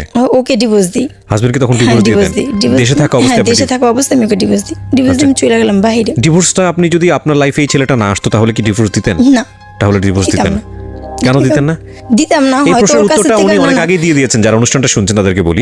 কারণটা হচ্ছে এত সমস্যা থাকার পরেও কিন্তু ওনার হাজবেন্ডকে উনি তখন ডিভোর্স দেয়নি। শুধুমাত্র এই যে তৃতীয় পক্ষ ওনার সম্পর্কের মধ্যে ঢুকে গেল, এই ছেলেটাকে উনি লাভ করে ফেললো নাকি কি ধরনের একটা সম্পর্ক হয়ে গেল, যেটার একটা নাম আছে, বাংলায় বলে পরকীয়া। যাই হোক, আমি যদিও এই শব্দটা উচ্চারণ করতে চাই না, কিন্তু এইরকম একটা সম্পর্কে যাওয়ার ফলে দেখেন উনি ডিভোর্স দিয়ে দিল। আপনার বাচ্চার বয়স কত তখন? আমার বাচ্চার বয়স তখন ছিল 4 বছর। 4 বছর বয়স। কত সালে ডিভোর্স দিলেন হাজবেন্ডকে? মানে ওর যখন দিই তখন আমার ছেলের বয়স ছিল 5 বছর। মানে ওর সাথে যখন সম্পর্ক হয় আমার, তখন আমার ছেলের বয়স ছিল 5 বছরই। ওর না, সাথে সেটা দরকার নাই, আমি জানতে চাচ্ছি কত সালে আপনি ডিভোর্স দিলেন হাজবেন্ডকে? কত সালে ডিভোর্স দিয়েছি? 2017-তে। 2017-তে। 2020 সাল চলছে, মানে আজকে থেকে 3 বছর আগের ঘটনা। হাজবেন্ডকে যে ডিভোর্স দিলেন কারণ কি উল্লেখ করেছিলেন? কারণ উল্লেখ করছিলাম যে আমি ওর সাথে থাকবো না, আমার ওর সাথে আমার মানানসই হয় না, ঠিক আছে। মানে এটা আর কি নিয়ে গিয়ে কাজী আমাদের পরিচিত ছিল, ওনার মাধ্যমে আর কি আমি আপনার ডিভোর্স হাজবেন্ড কোনো রিকোয়েস্ট করেছিল আপনাকে যে না এটা কাজটা করো না? কোনো রিকোয়েস্ট আপনি হাজবেন্ডকে বলেছিলেন যে আমি তোমাকে ডিভোর্স দিতে যাচ্ছি? বলছি। ওনার মতামত কি ছিল? ও কিছুই বলেনি। হ্যাঁ না, কিচ্ছু বলেনি? না, কিছুই বলেনি। ততদিনই কি ও জেনে গেছে যে আপনার এই ছেলেটার সঙ্গে এরকম একটা সম্পর্ক? হ্যাঁ, ও সবই জানছে। আপনি যে তাকে ডিভোর্স দিচ্ছেন, এটা কি আপনি যার সঙ্গে এই ধরনের সম্পর্কে আছেন যে ছেলেটার সঙ্গে, সে কি জানতো? হ্যাঁ, জানতো। সে মতামত দিয়েছিল হ্যাঁ ডিভোর্স দিয়ে দাও? না না, সেও মতামত দেয়নি? সে মতামত দেয়নি। তার কাছে সে বলতো তুই একা ডিভোর্স দিচ্ছিস, আমি তো দিইনি। দেখেন, সেই কথা বলতো। তো আপনি ডিভোর্স তাকে কেন দিলেন? ঠিক আছে, আমি ডিভোর্স দিলাম, ওকে আমি বিয়ে করব। ও বিয়ের কিন্তু ও তো জন্য আপনাকে আগে থেকেই বলে আসছে যে না, আমি ও বিয়ে বিয়ে করব না। করবে না বলছে না। তো আমার কথা হলো গিয়া যে আমি এখন যদি ওর আমার প্রতি যে টানটা ছিল, যে ভালোবাসাটা ছিল, আমার বিশ্বাস ছিল ও আমাকে বিয়ে করবে। ডিভোর্স দিলে বিয়ে করবে? হ্যাঁ, বিয়ে করবে। তো আমার একটা সম্পর্কের থেকে আমি একটা সম্পর্কে থাইকে আরেকটা সম্পর্কে জড়াইছি, এখন সেই সম্পর্কটা আমি ক্লিয়ার না করে তোর কাছে আমি যাইতে পারবো না। এই জন্য আপনার মনে হয়েছে আমি ডিভোর্সটা দিয়ে দিই? তো আমি ওকে ডিভোর্স দিয়ে দিই। আর ও আমাকে মানে আমার একটা জিদ ছিল যে তুমি আমার স্বামী, আমি বলছি আমার যা আছে সব তো তোমারই, তাহলে তুমি কেন আমার সাথে এরকম ভিডিও নিতেছো, তুমি বাংলাদেশে আসো, সব তোমার। আমি এগুলা বলতাম, কিন্তু ও মানতে রাজি ছিল না। তখন মনের ভিতরে একটা জিদ কাজ করলো যে দরকার নেই, আমি প্রয়োজনে আমি একা থাকবো, তারপর তোমার ভাত আমি খাবো না, ঠিক আছে, আমি তোমার সাথে সংসারও করবো না। এই কারণে আমি সব জিনিসপত্র আমার সাজানো গোছানো সব সংসার আমি সব তছনছ করে আমি চলে গেলাম। ডিভোর্স দিলেন? ডিভোর্স দিলাম, আমি চলে গেলাম বাইরে। বাইরে যাওয়ার পরে কিছুদিন মানে আর কি। ছেলে কোথায় তখন? ছেলে আমার মার কাছে। মার কাছে রেখে আপনি চলে গেলেন কোন দেশে? জর্ডান চলে গেলাম। জর্ডানে গিয়ে আপনি কি কাজ করা শুরু করলেন? গার্মেন্টসে কাজ করলেন। তারপর তো ও যাওয়ার পর ভাবছি ওর সাথে মনে হয় সম্পর্কটা থাকবে বা থাকবে না, আচ্ছা, এটা আর কি ভাবতাম। তো দেখলাম সম্পর্ক তো আরো বেশি গভীর হয়ে গেল। বাচ্চাকে নিয়ে আপনার হাজবেন্ডের ডিসিশন কি ছিল যে বাচ্চা আমার কাছে থাকবে বা এরকম? বলছে বাচ্চা এখন তোমার কাছে থাকুক, কিন্তু যখন আমি আসবো তখন আমার ছেলে আমি নিয়ে আসবো। আচ্ছা, তাই তো আপনি রাজি ছিলেন? তা আমি বলছি যদি আমার ছেলে তোমার কাছে যাইতে চায়, কোর্টে যদি তুমি যাও, যদি আমার ছেলে যাইতে চায় তাহলে তুমি নিয়ে যাবে, সমস্যা নেই, কিন্তু আমার ছেলে তো যাবে না। আচ্ছা, যাই হোক, তারপর পরে আমি চলে গেলাম। চলে যাওয়ার পরে ও আর কি করলো, ওর সাথে সম্পর্কটা আরো বেশি গভীর হলো। তখন আমাকে বলল যে আচ্ছা ঠিক আছে, আমার মার সাথে কথা বলি। ওর মার সাথে আমাকে কথা বলাইলো, ওর মাকে আমাদের সম্পর্কটা জানাইলো। কিন্তু আমি কখনো কল্পনাও করিনি যে করবে, কিন্তু একটা মনের মধ্যে একটা বিশ্বাসও ছিল যে হ্যাঁ আমার ভালোবাসা যদি সত্যি হয় ও আমাকে নিবে। কথা বলানোর পরে তো আমি আর কি কয়েকদিন যাওয়ার পর ওর মা আর কি জিজ্ঞাসা করলো মেয়ের কি বিয়েটি হয়েছিল নাকি, এগুলো জিজ্ঞাসা করলো ওকে, ওর মুখ থেকে যেটা আমার শোনা। তখন ও আবার বললো যে হ্যাঁ বিয়ে হয়েছিল, কিন্তু এখন সম্পর্ক নেই। ও আর কি ওর মাকে আর কি বললো। পরে বললো যাবার কয়েকদিন পরে বললো বাচ্চা কাচ্চা কিছু আছে নাকি, বিয়ে তো হয়েছে ঠিক আছে, কিন্তু বাচ্চা কাচ্চা কিছু আছে। তখন বলছে একটা বাচ্চা আছে, কিন্তু বাচ্চা ওর কাছে না, ছোট, দাদিরা নিয়ে গেছে, এই কথা বলছে, না ওর কাছে নাই। তো ওর মাকে আমি আবার মানে আর কি ও কিন্তু একটুখানি আগে বলছে, বলার পর তখন আমি বললাম যে আমি আমার কথা আমি আমার ভাবে আমি বলবো। পরে বলতেছে না আমার থেকে না জিজ্ঞাসা করে কিছু বলবা না, ঠিক আছে। তো ওর সাথে আমি রাগারাগি করে আমি কি করছি, অফিস ছুটি হওয়ার পর, আমি তখন জর্ডানে থাকি, অফিস ছুটি হওয়ার পর আমি ওর মাকে বলি একটা মানুষ একটা সম্পর্কে যখন আবদ্ধ হয় তখন সে চেষ্টা করে সেই সম্পর্কটা ধরে রাখার জন্য। আমি অনেক চেষ্টা করছিলাম, কিন্তু আমি পারিনি। আমি একটা অজুহাত দেখাইলাম যে যেটা করছে, আমি বলছি আমি অনেক কষ্টে ছিলাম, অনেক সমস্যা ছিল, যার কারণে আমি ওকে ছাইড়া দিই দিবসারে। কিন্তু মেন সত্যটা তো ও জানতো আচ্ছা ঠিক আছে, ওর মা না জানতো কিন্তু ও তো জানতো। তো আমি ওকে বলি, বলার পরে ওর মাকে বলি আমার একটা ছেলে আছে, ছেলেটা ওর দাদিদের কাছে থাকে, আমার কাছে নাই, এই কথা আর কি বলি। কিন্তু অলরেডি ছেলে আমার কাছে, কারণ আমি যদি ওদের বাড়িতে যাই ছেলে তো যাবে না, আমি একাই যাব, এই কারণে ছেলে কোথায় থাকলো সেটা কোনো না, এর জন্য আমি বলছি কথা। তখন ও আমাকে বললো তুই আমার সাথে কথা না বললা তুই জজের কাছে বিচার চাইতে গেছো, জজ এখন যা রায় দিবে তাই হবে। তারপর ওর মা আমার সাথে প্রতিদিন কথা বলতো, আমি যদি একদিন ফোন না দিতাম ওকে বলতো শিপা তো আজকে ফোন দিল না, ঠিক আছে। তো এইভাবে 1 বছর যায়, এই 1 বছরে আমি যা টাকা পাঠাই সব ওর কাছে, ঠিক আছে। আমার ছেলের জন্য আমি মাসে 3000 টাকা করে দিতাম আমার মার কাছে খরচের টাকা। ও এর মধ্যে আবার 1 বছরের মধ্যে আমরা যেহেতু একজন মুসলিম, ঠিক আছে, আমি আগেও বলছি এখনো বলতেছি, যে আল্লাহ সৃষ্টি করছে তাকে আমরা সবাই মানি, যে সে আছে, হয়তো তাকে দেখি না কিন্তু জানি, ইভালুয়েট করেন না, হ্যাঁ কি করেছে, ঠিক আছে। তারপরে সে আমাকে বলে, মানে আর কি ফোনের মধ্যে সে আমাকে বলে যে আমি তোমাকে বিয়ে করব। তো আমাকে বলে যে আমি আল্লাহকে সাক্ষী রেখে, নবীকে সাক্ষী রেখা, 30 পারা কোরআনকে সাক্ষী রেখা তোমার মানে নাসির সাহেবের 3য় কন্যা মোসাম্মদ শেফালি আক্তারকে আমি আমার স্ত্রী হিসেবে গ্রহণ করলাম, 2 লাখ এত টাকা দেনমোহর ধার্য করে, হ্যাঁ নিজে ফোনে। তা আমার বললো আমি আমার স্ত্রী হিসেবে গ্রহণ করলাম, কবুল 3 বার বইলা ও কবুল বলে, ঠিক আছে। তা আমাকে বলে তুমি বলো, আমাকে বলো তুমি বলো। তা আমি এবার হাসতেছি, তা আমি বললাম যে হ্যাঁ, তখন আমি আবার বললাম। তো সেম কাহিনী ও 2 বার করে আমার সাথে। এটা তো প্রথমত এটা তো আমাদের ধর্মীয় মতে এটা তো বিয়ের বিধান না, ঠিক আছে। কিন্তু আমি সেটাকে, আমরা তো আল্লাহকে দেখি নেই, কিন্তু আমরা যে আল্লাহর কসম খাই একটা কথা বলি, কিন্তু আমরা কিন্তু সেটাকে যারা মানে তারা মানে, যারা মানে না তারা মানে না, কিন্তু আমি সেটাকে মানছি, আমি সেটাকে মনে প্রাণে মানছি এবং আমি তাকে আমার স্বামী বলে জানি, ঠিক আছে। এবং সে 30 পারা কোরআনকে ছুঁয়া হাতে নিয়ে সে বলছে যে সে কখনো আমাকে ছাড়বে না, সে আমাকে 30 পারা ভালোবাসে। কোরআন ছুঁয়ে কোনো ধরনের শপথ কাটার কোনো নিয়ম নাই, এটা আপনারা শুধু না, এটা বাংলাদেশের অধিকাংশ মানুষ এটা মনে করে। কোরআন ছুঁয়ে শপথ করার কোনো নিয়ম নাই, এটা আমি ধর্মীয় ব্যাপারে যে খুব ভালো জানি তা না, বাট যতটুকু জানি তাতে আমার জ্ঞান যদি বলে, যেটা বলে যে না এরকম কোনো বিধান আমি কখনো কোথাও পড়িনি পাইনি।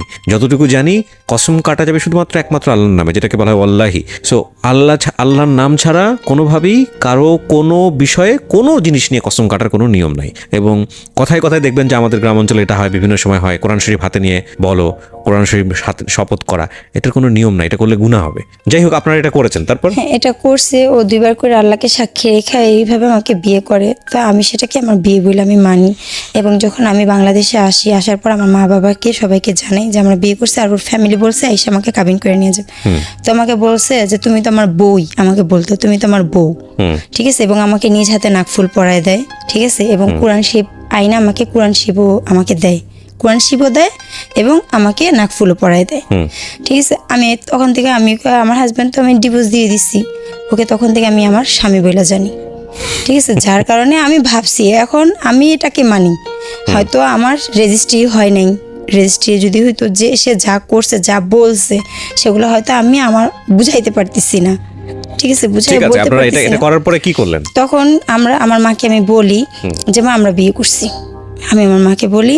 তো ওকেও বলি যে মাকে এই কথা বলছি, তখন ও আমার কথায় ও সায় দেয়, ঠিক আছে। ও কিন্তু অমত হয় না, কেননা ও আমাকে বিয়ে করবে, ঠিক আছে, ও আমাকে নিবে, ওর ফ্যামিলি আমাকে নিবে, যার কারণে ও সেটাতে থাকে।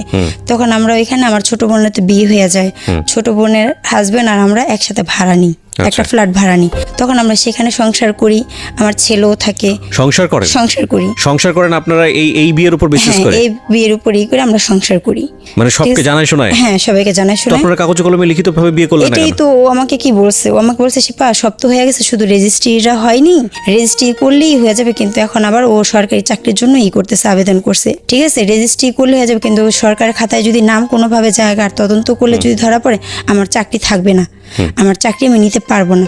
তো তুমি শুধু অপেক্ষা করো কিছুদিন, আমরা এই রেজিস্ট্রিটা করে ফেলাবো, সমস্যা নেই। তা আমি ওর কথায় মানে ওর ইয়াতে এতই অন্ধ যে আমি ওর কথায় বিশ্বাস করছি যে সমস্যা নেই, যেহেতু সংসার করছি আর এত দূর আসছে, ওর বাসার সবাই আমার ব্যাপারে জানে। তারপরে ও আবার ওর বাড়িতে আমাকে পাঠাইছে, ও নিজে টিকিট কাইটা আমাকে একাই ওর বাড়িতে পাঠায়।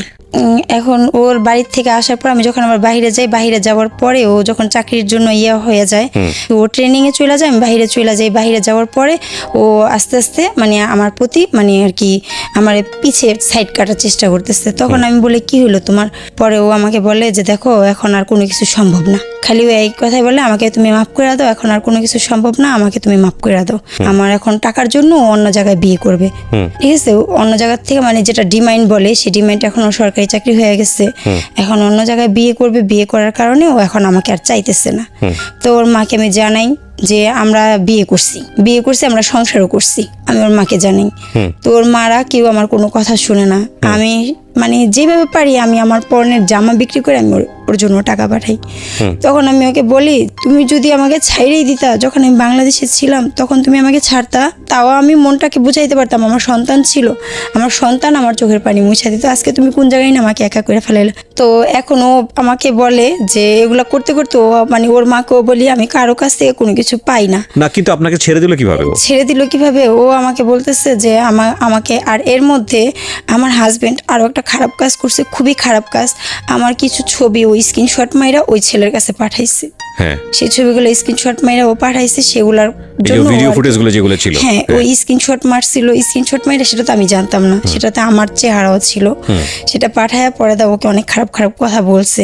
এখন ওর সেগুলা মাইন্ডে লাগছে। এগুলা নিয়েও আবার ও আমার কিছু ছবি কিছু স্ক্রিনশট মারছিল যখন আমি বাইরে ছিলাম, ঠিক আছে? ও আমাকে সেগুলা ব্ল্যাকমেল করছে। কি ব্ল্যাকমেল করেছে? বলছে আমি যদি কোথাও যাই তাহলে ওই ছবিগুলো দেখাবে।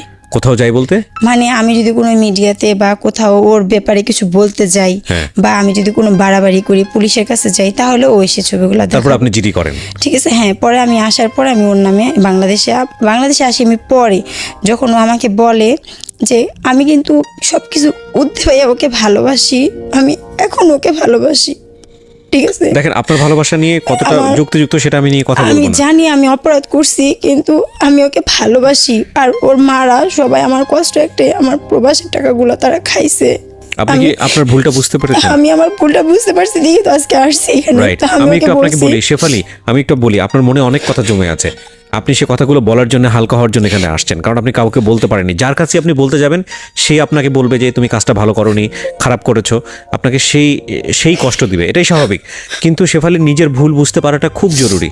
হ্যাঁ, আপনার একটা খুব সুন্দর সন্তান আছে, আমি জানি স্টুডিওর বাইরে তাকে আপনি বসিয়ে রেখে এসছেন, আপনার ভাই আপনার সঙ্গে এসছে সাপোর্ট করার জন্য। তো আপনি তো আপনার নিজের ভুলটা বুঝতে পেরেছেন, এটাই সবচেয়ে বড় কথা। আপনি আল্লাহর কাছে মাপ চান। আর দ্বিতীয় কথা সেটা হলো যে এই ছেলেটা আপনাকে যেহেতু হুমকি দিয়েছে, আপনি তার নামে জিডিও করেছেন। জিডিটা কবে করেছেন? জিডিটা আমি 26 তারিখে করে, জিডি থেকে মামলা হয়। মামলা হয়ে গেছে? হ্যাঁ, মামলা হয়ে গেছে, কাগজ পাঠানো হয়েছে ওর কাছে, আজকে ওর কাছে কাগজ পৌঁছাবে। আপনি জিডির সঙ্গে কোনো প্রমাণ কি দেখিয়েছেন? হ্যাঁ, প্রমাণ দেখাইছি। কি প্রমাণ দেখাইছেন? ওর সাথে ও সবকিছু মিথ্যা বলছে, ও আর কি যার মাধ্যমে। কিন্তু কোনো কাগজ কলম তো নাই, আপনি প্রমাণ কি দেখাবেন? কলম নাই, কিন্তু আমার কাছে এখন আমি ওকে সব টাকা পয়সা দিয়ে আমি একদম। কত টাকা দিয়েছেন সবকিছু মিলিয়ে? 3 লাখ টাকার মতো। আচ্ছা, 3 লাখ টাকা আপনার জায়গা থেকে অনেক টাকা। কিন্তু আজকে এই যে ঘটনাটা ঘটলো আপনার জীবনে, বিবাহ পরবর্তীতে এরকম একটা ছেলের সঙ্গে সম্পর্কে জড়িয়ে পড়া, সবকিছু মিলিয়ে আপনার জীবনের শিক্ষাটা কি? আপনি নিজে কি শিক্ষা নিয়েছেন এটা একটু বলেন তো আমাদের। আমি শিক্ষা নিয়েছি যে আমি ওকে বিশ্বাস করে আমি ঠকছি। আমার মতন কেউ যেন এভাবে বিশ্বাস করে না ঠকে। আমার হাতে আমি যদি চাইতাম তাহলে ও আমার সাথে যে বেমানিটা, যে ধোকাটা করছে, আমি যদি অতটুকু চালাক হইতাম আমি ওকে ধরতে পারতাম তখনই, যখন ওর সাথে আমি সংসার করছি। তখনই কিন্তু আমি ওকে চাপে ফেলাইয়া আমি রেজিস্ট্রিটা করে ফেলাইতে পারতাম, কারণ আমরা যেহেতু সংসার করতেছি রেজিস্ট্রিটা আমি করে ফেলাইতে পারতাম। রেজিস্ট্রি করলে ও যদি আপনাকে মন থেকে না চাইতো, ও যদি একবার আমাকে রেজিস্ট্রি করতো, আমার এতটুকু বিশ্বাস যে ও যেহেতু বিয়ের পর্যন্ত ও আসছে, ও আমার সাথে সংসার করছে এইভাবে, সেহেতু ও আমাকে নিতে বাধ্য হইতো। আজকে আমার কাছে কি হতো শেফালি? না, আপনি আমার প্রশ্নের উত্তর দেন। বাধ্য হয়ে লাভটা কি হতো? ও আপনাকে নিতে বাধ্য হলো কিন্তু মন থেকে আপনাকে চায় না, লাভটা কি হতো? মন থেকে বলে নিতে সে পাথর ক্ষয় হয়, ও আমাকে ভালোবাসে এটা আমি জানি না। শেফালি, এই জায়গাটাই সবচেয়ে বড় ভুল। আইন আপনাকে, আপনার সাথে কেউ অপরাধ করলে সেই সাপোর্টটা দিবে, সেটা আইনের দেওয়ার জায়গা। কিন্তু আপনাকে কেউ আইন কখনোই বাধ্য করাতে পারবে না যে আপনার প্রতি ভালোবাসা জন্মানোর জন্য। যদি তাই পারতো তাহলে পৃথিবীতে ডিভোর্স হতো না, দুটো মানুষের সম্পর্ক এত বিচ্ছেদ হতো না, সবকিছু জোড়াতালি লেগে টিকে থাকতো। এখন আপনি তাকে পাগলের মতো ভালোবাসেন, সেটা ঠিক আছে, কিন্তু সে যদি আপনার সাথে মাস্টার প্ল্যান করে এগিয়েই থাকে যে এটা শুধুমাত্র অনৈতিক সম্পর্ক, এর বাইরে সে আপনার সাথে কোনো কিছু করতে চায় না, তাহলে এই মানুষটা আজ হোক কাল হোক আপনার কাছ থেকে ছুটতোই ছুটতো। কিন্তু আপনি সেটা অ্যাকসেপ্ট করতে পারেন নাই, এটাই হচ্ছে মূল বিষয়। না কেন, ও আমাকে বলছে যে দেখ তোর বাপের কি অনেক অর্থ সম্পদ আছে, সেটা দেখে আমি তোরে ভালোবাসছি না, তোর ভালোবাসা দেখে আমি তোরে ভালোবাসছি। এগুলো প্রেমে পড়লে এগুলো উল্টাপাল্টা কথাবার্তা অনেকেই বলে। শোনেন, আমি শেষ বেলায় যে কথাটা আপনার জন্য বলতে চাই এবং আমার শ্রোতা যারা আছে তাদের জন্য যে কথাটা বলতে চাই, যে সবকিছুরই একটা মাপযোগের একটা ব্যাপার আছে। মাপযোগের কেন বলছি, সমানে সমানে দৌড়ালে না সেটা সামনের দিকে যায়। যদি বলি যে একটা চাকা বড় আর একটা চাকা ছোট, এটাকে যদি আপনি দুইটা চাকা যদি এক করে আপনি যদি ঠেলা শুরু করেন, এটা কিন্তু সামনের দিকে আগাবে না, এটা ঘুরপাক খাবে, বৃত্তের মতো ঘুরপাক খাবে। হ্যাঁ, ওই ছেলেটা কোনো না কোনোভাবে হয়তো মনে করেছে আপনি বিবাহিত, আপনার একটা বাচ্চা আছে, সে অবিবাহিত, সুতরাং স্ট্যাটাসের জায়গা থেকে সে আপনার থেকে অনেক বেশি অ্যাডভান্স। আর আপনি তাকে ভালোবেসে ফেলেছেন বিকজ আপনি এইরকম ভাবে কোনো কেয়ার বা আপনার চোখে দেখতে ভালো লাগে এরকম ছেলে কখনো কাছাকাছি এতটা পান নাই, যে কারণে আপনি তার প্রতি ফলেন হয়েছেন, ভালোবেসে ফেলেছেন। কিন্তু বৈবাহিক সম্পর্ক জায়গাটা না অন্যরকম জায়গা, যেটা আমি আমার সিক্রেটস বলেন, জীবন গল্প বলেন, সব অনুষ্ঠানে সবসময় এই কথাটা বলি যে বিয়ে সম্পর্কটা শুধুমাত্র ভালোবাসার উপর বেসিস করে আগানো উচিত না। কারণ বিয়ে সম্পর্কটা শুধুমাত্র দুইজনের চিন্তা না, বিয়ে সম্পর্কটা দুইটা পরিবারের বন্ধন, এবং সেখানে ব্যালেন্স না থাকলে ওর ফ্যামিলি, ওর মা, ওরা সবাই আমাকে বলছে যে তারা আসবে, তার বড় মেয়ের জামাই আসবে, তার বড় মেয়ে আসবে, আইসা আমাকে কাবিন করে নিয়ে যাবে। আপনি কখনো ওর ফ্যামিলিতে থেকেছেন? হ্যাঁ, আমি ওর ফ্যামিলিতে গিয়ে সংসার করেছেন? কত মাস থেকেছেন ওর ফ্যামিলিতে? আমি কত মাস না, আমি যাবার আগে ওর মা আমাকে নিয়ে একবার দুইবার যাওয়া না, আপনি একটানা 2-3 মাস থেকেছেন ওর ফ্যামিলিতে? তাহলে বুঝবেন কি করে আপনার ফ্যামিলি? একদিন 2 দিনের জন্য যাওয়াটা কিন্তু একটা পরিবারকে জাজ করার জন্য এনাফ না। আপনি একটা বিবাহিত মানুষ, আপনার বাচ্চা নিয়ে যখন আপনি পুরোপুরি পরিবারে সেটেল হতেন, কাবিন করার পরে হোক, যাওয়ার পরে হোক, তখন ওটা কেমন হতো সেটা কিন্তু আপনি এই 2 দিনের সম্পর্কে আপনি কিন্তু বুঝতে পারবেন না। তো আমার মনে হয় কি এগুলো একটু যাচাই বাছাই করে যাওয়া উচিত। যে কোনো সম্পর্কে থাকা অবস্থায় অন্য কোনো সম্পর্কে সুইচ করার আগে অন্তত 1000 বার চিন্তা করা উচিত, এবং অন্য কোনো সম্পর্কে সুইচ করার ফলে বর্তমান সম্পর্কটার মধ্যে কাট আপ করার আগেও অন্তত 1000 বার চিন্তা করা উচিত। আমার মনে হয় আজকের এই সিক্রেটস থেকে এই জিনিসটাই আমাদের শেখার আছে। আর সবচেয়ে বড় কথা হচ্ছে, সবচেয়ে গুরুত্বপূর্ণ যেটা, যে এই ভিডিও এগুলো আমাদের জীবনে এখন মানে ভাইরাসের মতো, সবাই এটার মধ্যে ইনক্লুডেড, সবাই মানে এটা এ কারণে জোর দিয়ে বলছি, যেটা এত বেশি হয় এই ডিজিটাল যুগে, মানে এগুলো কিন্তু কোনো কারণেও যদি আপনারা একেবারেই ব্যক্তিগত পর্যায়ে legal relationship like husband and ওয়াইফের মধ্যেও যদি এটার যদি চর্চা হয়, তাহলে অবশ্যই আমি মনে করি যে এটার সিকিউরিটি সেই লেভেলে হওয়া উচিত। And the thing is that, প্রথমত করা উচিত না এগুলা, আর দ্বিতীয়ত যদি এটা হয়েই যায় তাহলে সিকিউরিটিটা সেই লেভেলে থাকা উচিত, বিশেষ করে হাজব্যান্ড অ্যান্ড ওয়াইফ বৈধ সম্পর্কের মধ্যে। অ্যান্ড যদি কখনো ফ্ল্যাশ আউট হওয়ার কোনো ধরনের কোনো রিস্ক থাকে, don't worry about this, cause বাংলাদেশে আইন আছে। কেউ যদি আপনাকে ব্ল্যাকমেইল করতে চায়, কেউ যদি আপনাকে এটা নিয়ে কোনো ধরনের কোনো যেটাকে বলে যে বিপদে ফেলতে চায়, মান সম্মান হানিকর করতে চায়, তাহলে নিশ্চিতভাবেই আপনি জেনে রাখেন যে সে নিজের পায়ে নিজে কুড়াল দিচ্ছে। কারণ এটার উপরে সাইবার ক্রাইমের খুব শক্তিশালী আইন আছে, এটা সরকারবাদী মামলা, এটা যেনতেন মামলা নয়।